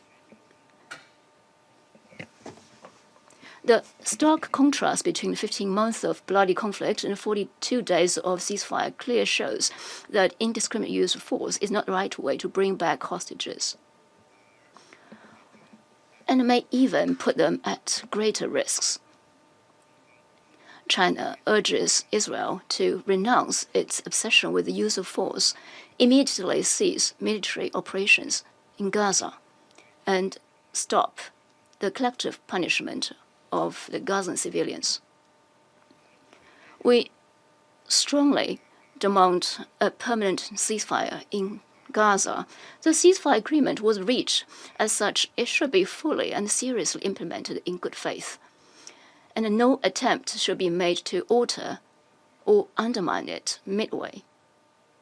China calls on the parties to implement the ceasefire agreement fully and continuously, and expects the ceasefire guarantors to adopt a fair and responsible approach to facilitate the continuous implementation of the three-phase agreement and ensure the realization of a permanent ceasefire in Gaza. We strongly oppose the weaponization and politicization of humanitarian aid. As of today, for 70 consecutive days, no humanitarian supplies were allowed into Gaza, and the loss of power disabled a desalination plant, worsening the water shortage crisis. The use of humanitarian aid as a bargaining chip is a violation of international law, especially international humanitarian law. China condemns such practice. We urge Israel to fulfill its obligations as occupier under international humanitarian law and immediately restore full humanitarian access to Gaza. We strongly call for the reinvigoration of the political prospects of the two-state solution. The implementation of the two-state solution is the only viable way to resolve the question of Palestine. Gaza and the Western Bank, including East Jerusalem, are all inseparable parts of the Palestinian state. We support the Gaza Recovery and Reconstruction Plan jointly initiated by Egypt and other Arab states, and support an early launch of reconstruction underpinned by the principle of Palestinians governing Palestine, whereby the Palestinian people can rebuild their homes in their own territory. The international community should step up its efforts to advance the political process of the two-state solution and provide necessary support to this end. President, for some time now, we have witnessed a dangerous sign in the Middle East. As the international rule of law and international order are violated and undermined, the law of the jungle seems to reign. It is worrisome and a cause for concern. The Security Council, as the primary body for maintaining international peace and security, should put a timely end to such chaos. We support further actions by the Council to bring about a permanent ceasefire in Gaza, restore peace in the Middle East, and achieve a comprehensive, just, and lasting solution to the Palestinian question. Thank you, President. I thank the representative of China for the statement. I shall now make a statement in my capacity as representative of Denmark, and I would like to join to colleagues in thanking Undersecretary Fletcher for his sobering briefing and his very detailed description of the many achievements achieved during the ceasefire. At the outset, let me express Denmark's shock and sadness over the news coming from Gaza about the many civilian casualties following the Israeli airstrikes last night. Let me be clear, this violence must stop, and the terms of the ceasefire must be respected. A ceasefire that can pave the way for the release of all remaining hostages and ensure much-needed humanitarian aid to the civilians of Gaza. We urge all parties to show restraint. Denmark has repeatedly underlined the need to ensure the protection of civilians in line with international humanitarian law. We reiterate this call today. Colleagues, as we've heard several times this morning, the humanitarian situation in Gaza remains catastrophic. The recent Israeli decision to block all further humanitarian assistance and to cut electricity to the enclave is rendering the situation even more desperate and threatens to reverse progress made during the first phase of the ceasefire. The consequences are already starting to emerge. The lack of supplies has meant that humanitarian partners are reducing food rations. UNICEF reports that roughly 1 million children in Gaza are now once again living without basic necessities for survival. The recent resumption of hostilities will only worsen this suffering. Denmark continues to condemn Hamas' terror attack of October 7 and calls for the immediate and unconditional release of the remaining hostages. The safety and well-being of these hostages is of great concern, and we regret that Hamas has failed to allow humanitarian access to them. Colleagues, international humanitarian law is clear. Humanitarian aid should never be used as a bargaining chip or a political tool. This applies to all parties in a conflict. As the occupying power, Israel is obliged under international law to ensure the protection of civilians and ensure the civilian population does not lack food or other basic needs, including water. Civilians of Gaza have suffered enough. The sustained supply of aid is indispensable to the survival of over 2 million Palestinians. They have the right to receive humanitarian aid. They have the right to clean water, to food, to medicine. We call on the government of Israel to abide by its obligations under international law, to ensure full, rapid, safe and unhindered provisions of humanitarian assistance to the population in Gaza, and to ensure the protection of civilians and other protected persons, including humanitarian workers, in line with international humanitarian law. The immediate threat of malnutrition in Gaza is already affecting thousands of children and pregnant and breastfeeding women. The decisions to withhold humanitarian aid and limit the production of clean drinking water are likely to have long-term consequences for the health of Gaza's population, as well as longer-term prospects for socio-economic recovery. Colleagues, the massive task of reconstructing Gaza lies before us. We need a permanent ceasefire as a first step to be able to address this challenge. We call on parties to find a way forward to the next phases of the ceasefire agreement that should hopefully lead to a permanent ceasefire. We commend the regional efforts through the Arab Recovery and Reconstruction Plan presented at the recent Cairo summit. We maintain that any plan for the future of Gaza must have no role for Hamas, must ensure Israeli security, and must not displace Palestinians from Gaza. In closing, the civilian population in Gaza have already endured too much suffering for far too long. They are looking to this Council for support. Around this table, we have a responsibility to act, to urgently work towards a two-state solution, the only viable path to lasting peace and security for Israelis and Palestinians alike. Let me reiterate Denmark's unwavering commitment to this goal. And I now resume my functions as President of the Council. I give the floor to the permanent observer of the Observer State of Palestine.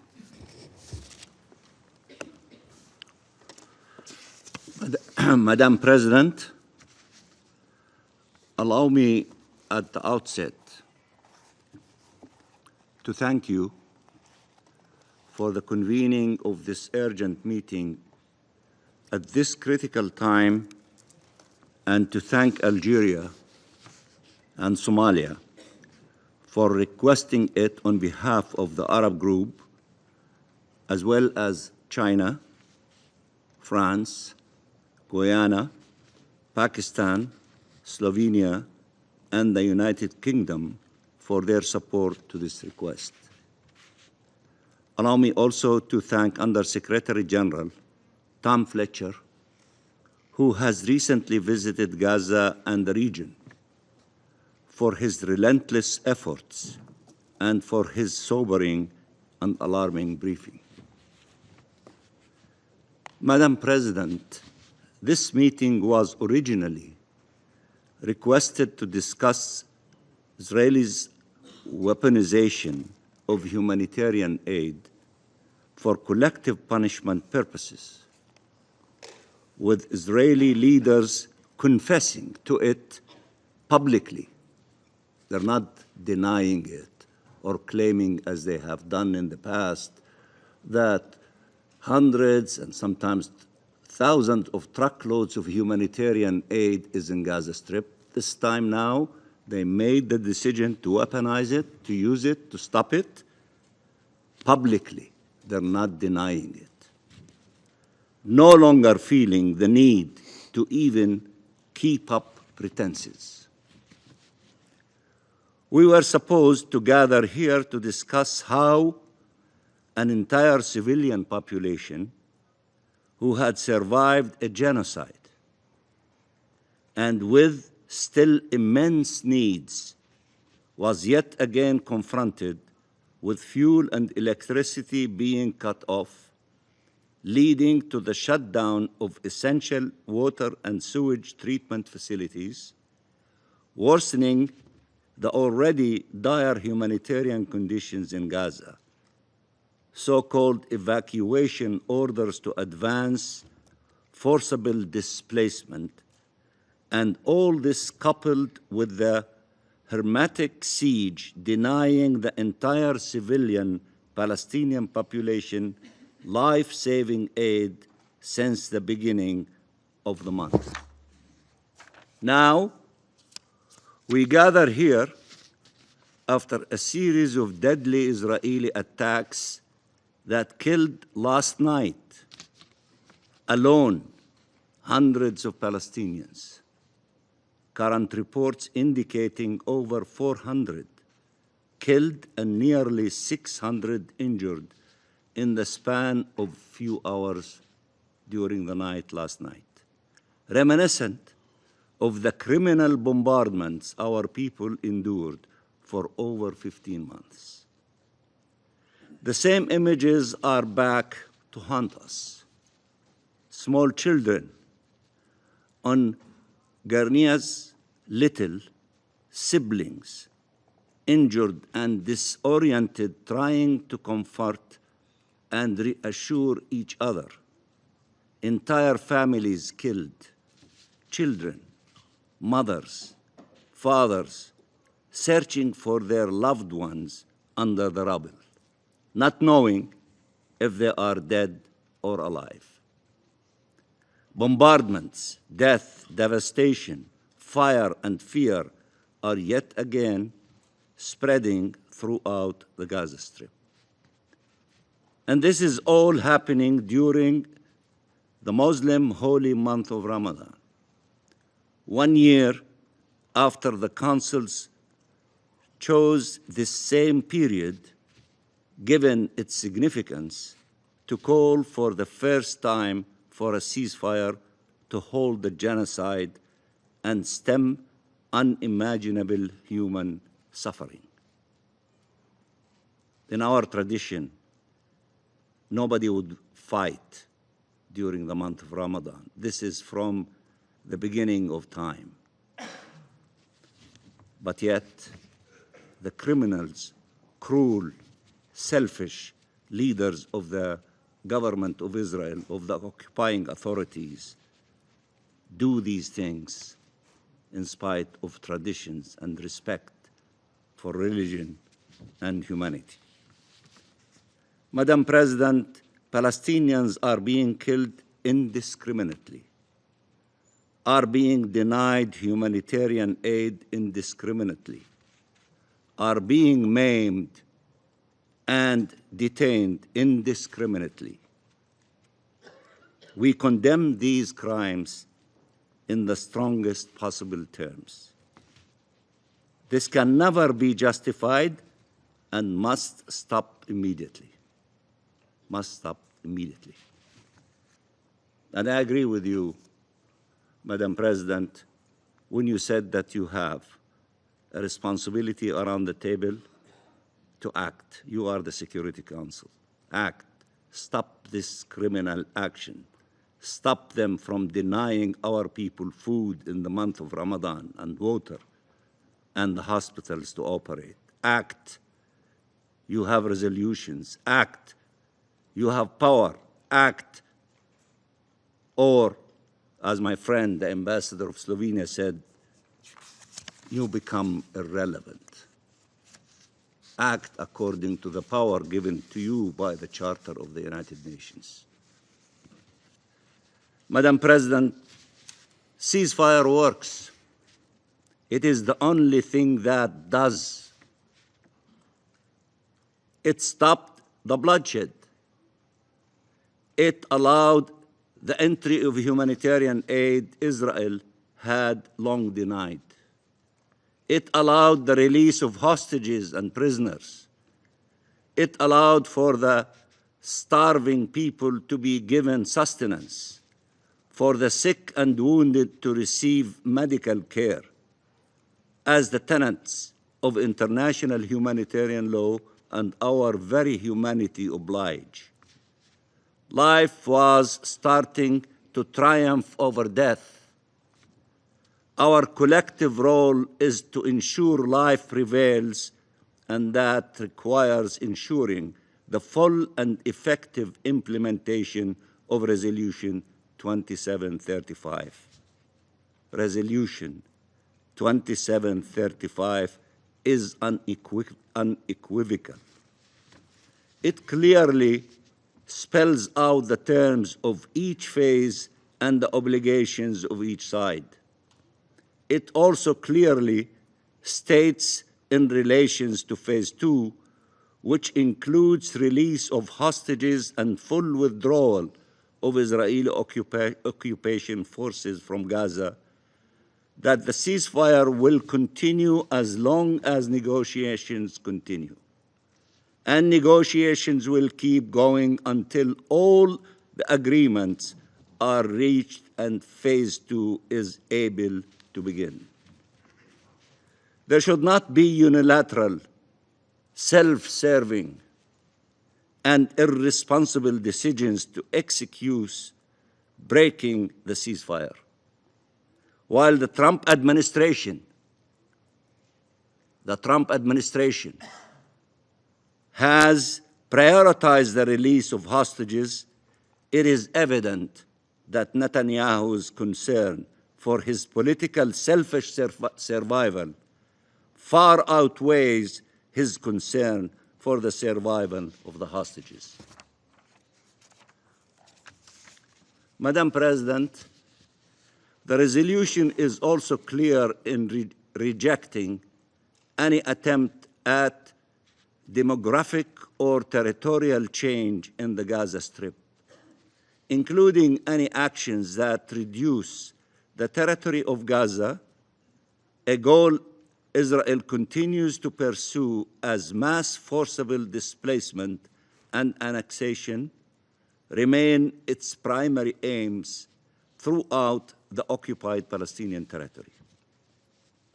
The resolution also reiterates the Council's unwavering commitment to the vision of the two-state solution where two democratic states, Israel and Palestine, live side by side in peace within secure and recognized borders, consistent with international law and relevant UN resolutions, and stresses the importance of unifying the Gaza Strip with the West Bank under the Palestinian Authority. This is the only way forward. This is the only way forward. Sustaining the ceasefire, implementing it in full, and transforming it into a clear and immediate pathway to Palestinian independence and ceasefire for all. Act now. You can act not to allow the ceasefire to be broken, not to allow the starvation of the Palestinian people. Act now.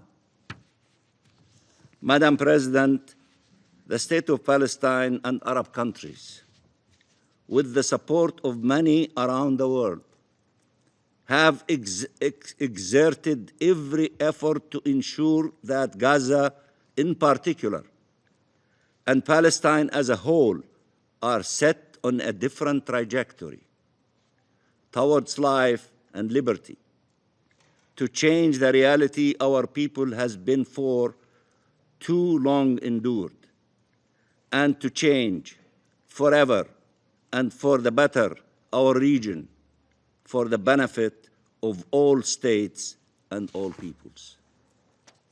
A clear vision accompanied with a solid plan was endorsed by the Arab Summit and supported by the OIC ministerial meeting and has been welcomed worldwide, and many of you in your statements referred to your support to what was adopted in the Arab Summit conference. A small ray of hope was appearing on the dawn of the possibility of changing the tragedy in the Middle East to something that is different and promising. And perhaps that's why the criminal extremist leaders of Israel who do not want to allow this ray of possibility to flourish, they did what they did last night in order to destroy the efforts of all of us to open the door of peace. They are trying to close that door and to open the door of war and destruction and killing people. These efforts should be supported. The efforts of the Arabs, the OIC, and all of you that you've referred to should be supported, not compromised and sabotaged. They offer the only viable path away from conflict and towards peace. They have transformative power. Allow them to flourish. Allow them to become the new reality. Don't allow the other option of war and destruction and taking away lives, especially of children and women. Peace saves lives. War takes lives. Act. Choose peace. We, Palestine and Arab countries, are acting responsibly and with resolve to end this conflict once and for all. We are acting responsibly and with resolve to end this conflict once and for all. We will spare no effort, and we need all the help we can get. Help us. Act. We want peace. We have a plan. We have an alternative. We have options. It is crystal clear. Help us. Act with us to make peace is the option of the world, and make war not acceptable and need to be stopped, and ceasefire to prevail. This starts with supporting the Arab plan for reconstruction, which many of you refer to, supporting the Palestinian government's assumption of its responsibilities throughout the occupied Palestinian territory, the deployment of a UN-mandated mission throughout the occupied Palestinian territory, achieving a complete, comprehensive, and permanent ceasefire, and supporting an end of the occupation, Palestinian independence, implementing the two-state solution, and achieving shared peace and security. This is a historical moment where everyone must choose where they stand and what vision they want to see prevail. The next few days are decisive and can either set us on the right path or the wrong one, with huge implications for the region and the world. Help us in these few days to have the ceasefire in place, not the continuation of war. Life must prevail. Liberty must prevail. Peace must prevail. You are the mighty Security Council. Act, help us, and I thank you very much, Madam President. And I thank the permanent observer. I thank the permanent observer of the Observer State of Palestine for the statement, and I now give the floor to the representative of Israel. Thank you, Madam President. We stand firm in our commitment to return the hostages and defeat Hamas, and it's time for the international community to take our commitment seriously. We will bring home every lost hostage. Hamas has refused to release our hostages and repeatedly rejected all the offers, both by the US and the mediating countries, even for the period of Ramadan. And thus, the return to fighting is a necessity. The IDF is attacking targets of the Hamas terrorist organization to achieve our objectives. These precise attacks include Hamas terrorist commanders, terrorist cells, launch posts, weapon stockpiles, and additional military infrastructure that are being used by these terrorist organizations to continue to plan and execute attacks against Israeli civilians and IDF soldiers. However, we are drawn into a discussion today not to alleviate suffering, not to seek truth, but to indulge the political agenda of certain members of this Council, those who wield humanitarian rhetoric and feign concern as a weapon, turning a blind eye to the primary cause of suffering in Gaza, the Hamas terrorist organization, which continues to hold 59 innocent hostages. For those truly concerned about humanitarian crises, there is one that should be paramount: the hostages still held in Hamas's brutal captivity. Men, women, children, the elderly, innocents ripped from their homes and subjected to horrors beyond comprehension. Many are already believed to be dead, while others continue to be tormented day after day. For over a year and 4 months, they have been deprived of sunlight, medical care, the comfort of their family's embrace.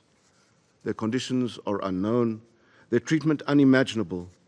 This is the most urgent humanitarian crisis, and yet those who claim to be the loudest voices for human rights have somehow lost their voices on this matter. So let us be clear: any discussion of humanitarian suffering that does not begin with the hostage release is not an honest discussion. For months, Israel took unprecedented steps to facilitate humanitarian aid into Gaza. Israel's war is against Hamas, not Gaza's civilians. And yet, despite our efforts, Hamas refuses every opportunity for peace. It refuses to release the hostages. Over a 6-week period between January and February alone, Israel facilitated the entry of an unprecedented amount of humanitarian aid into Gaza, over 25,000 aid trucks, averaging more than 4,200 trucks per week. These trucks carried food, medical supplies, and essential goods. This is not speculation, not political rhetoric. This is in fact documented, verifiable, and confirmed by the organizations distributing and supplying the aid. In addition to the thousands of aid trucks, bakeries are operational across Gaza, producing millions of loaves of bread daily. In northern Gaza alone, increased fuel deliveries resulted in a 40% increase in bakery output. The slander that the people of Gaza are currently starving is quite simply untrue. Fuel and gas deliveries also continued over this period. Nearly 1,000 fuel tankers entered Gaza, including 275 to the north. Claims that the electricity cutoff has plunged Gaza into humanitarian collapse are greatly exaggerated, particularly regarding water infrastructure. Water pipes and sewage repair materials were sent to northern Gaza, ensuring that infrastructure remains functional. During the same 6-week period, over 840,000 tents were delivered. This was a massive logistical undertaking supported by international partners and facilitated by Israel. Madam President, let us be very clear. If there is suffering in Gaza, it is not because of a lack of aid. It is because Hamas has hijacked an entire civilian population for its own violent ends. Hamas diverts food, Hamas hoards fuel, Hamas transforms hospitals, schools, and UN facilities into command centers, ensuring that even in the presence of humanitarian aid, suffering persists. But somehow, in the debates of this Council, Hamas is an afterthought, a footnote, a mere inconvenience in the preferred narrative. And so, instead of asking why Hamas continues to prolong this war, instead of asking why Hamas rejected a ceasefire extension that would have freed civilians from suffering, instead of asking why Hamas holds hostages in horrific conditions, instead of asking these questions, certain members choose instead to malign Israel, the only party in this conflict undertaking their humanitarian obligations and taking steps to meet them. Israel will not be lectured by those who exploit human suffering for political gain. If this Council wishes to address suffering, then it must demand the immediate and unconditional release of the hostages. There can be no progress until this occurs. There can be no relenting against the evil that we face. The massive amounts of humanitarian aid which Israel coordinated and facilitated, at least those amounts not seized by Hamas, have reached every segment of Gaza's population, with one tragic exception: the hostages. While Gazan civilians benefit from food, medicine, shelter, and support, these innocent individuals languish in conditions that defy human comprehension, a stark reminder of the vast moral inequivalence between Israel and Hamas. The release of the hostages is the first, the most urgent, the most fundamental step towards ending this war. The people of Gaza deserve a future free from Hamas and the pain that they wrought. The innocent Israelis wasting away in Hamas's tunnel network must once again feel the sun on their faces and embrace their loved ones. This is the only true path to peace. I thank you, Madam President. I thank the representative of Israel for the statement. I now give the floor to His Excellency Mr. Majid Abdulaziz, Permanent Observer of the League of Arab States to the United Nations. Shukran, Sayyida Raisa. Thank you, Madam President. I'm honored to make this statement today on behalf of the League of Arab States and its member states. I would like to begin by expressing our appreciation for your excellent stewardship of the work of the Council and for positively responding to the request by the Arab Group, the League of Arab States and other member states to hold this meeting to promote international work through the Council to address Israel's resumption of its brutal military bombardment of Gaza and for the continued deterioration of the humanitarian situation in the Gaza Strip due to the continued restrictions by Israel on the entry of humanitarian assistance in the continuation of the policy of starvation and forced thirst that is internationally prohibited. We would like to express our appreciation to USG Fletcher for the important briefing and the constructive suggestions. Madam President, the Arab Summit in the Bahrain Declaration on the 16th of May 2024 has stressed, and this has been reaffirmed in the Cairo communique of the extraordinary Arab Summit that was held under the slogan the Palestine Summit on the 4th of March 2025. Both have condemned policies of starvation and scorched earth tactics aimed at forcing the Palestinian people to leave their land. The Cairo Summit condemned the Israeli government's recent decision to hold humanitarian aid to Gaza and close relief crossings. The summit also decided to reject Israel's use of blockade as a weapon and the starvation of civilians as a means to achieve political gain. It also stressed the utmost priority of the continuation of the implementation of the second and third phases of the ceasefire agreement. All this, Madam President, stresses the crucial link between the comprehensive and full ceasefire in accordance with the agreement based on the US, Qatari, and Egyptian mediation, and to allow the entry of humanitarian assistance without interruption and in big volumes, as well as starting the implementation of the first phase of the plan proposed by Egypt in full coordination with the State of Palestine and Arab states, and based on studies that were conducted by the World Bank and the UNDP on early recovery and the reconstruction of the Gaza Strip. This plan was adopted by the Cairo summit as a pan-Arab plan, and it was also adopted by the ministerial meeting of the OIC at a later point in time. The Israeli war on Gaza of more than 470 days have killed more than 48,000 Palestinians, including 18,000 children and 13,000 women. And it almost completely destroyed health and educational and infrastructure facilities and all necessities of life in Gaza.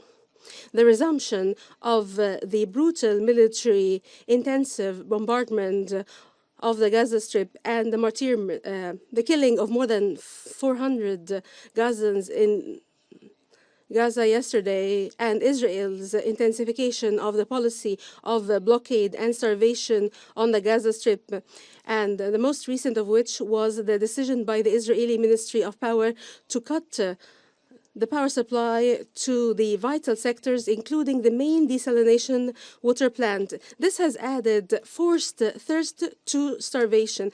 It aggravates the suffering of more than 2 million Palestinians living in unbearable conditions.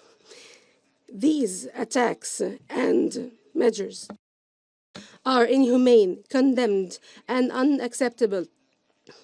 They are nothing but collective punishment by Israel, perpetrated by Israel against the defenseless Palestinian people, which runs counter to humanitarian principles and values which constitute the very foundation and mission of this organization.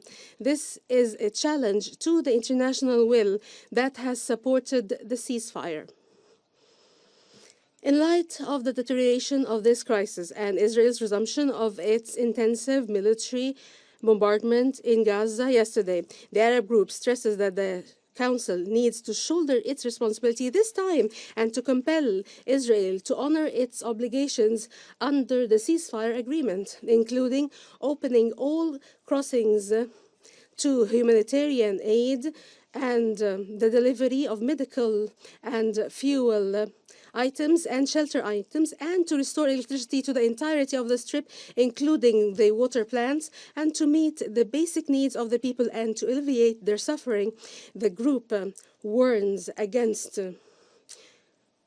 the Council not taking such measures, which ushers in a catastrophic human disaster with unpredictable consequences. The Arab group and the League of Arab States stresses that the continuation of this crisis and the obstruction of delivery of aid or preventing aid from getting in is a major and a grave violation of Israel's obligations as the occupying power under the international law, UN resolutions, and the rules of human rights, and the Fourth Geneva Convention of 1949, and the advisory opinion of the ICG issued in July 2024, and the provisional measures of the ICJ as well, and all the resolutions adopted by the Security Council and the GA based on the ICJ measures and orders.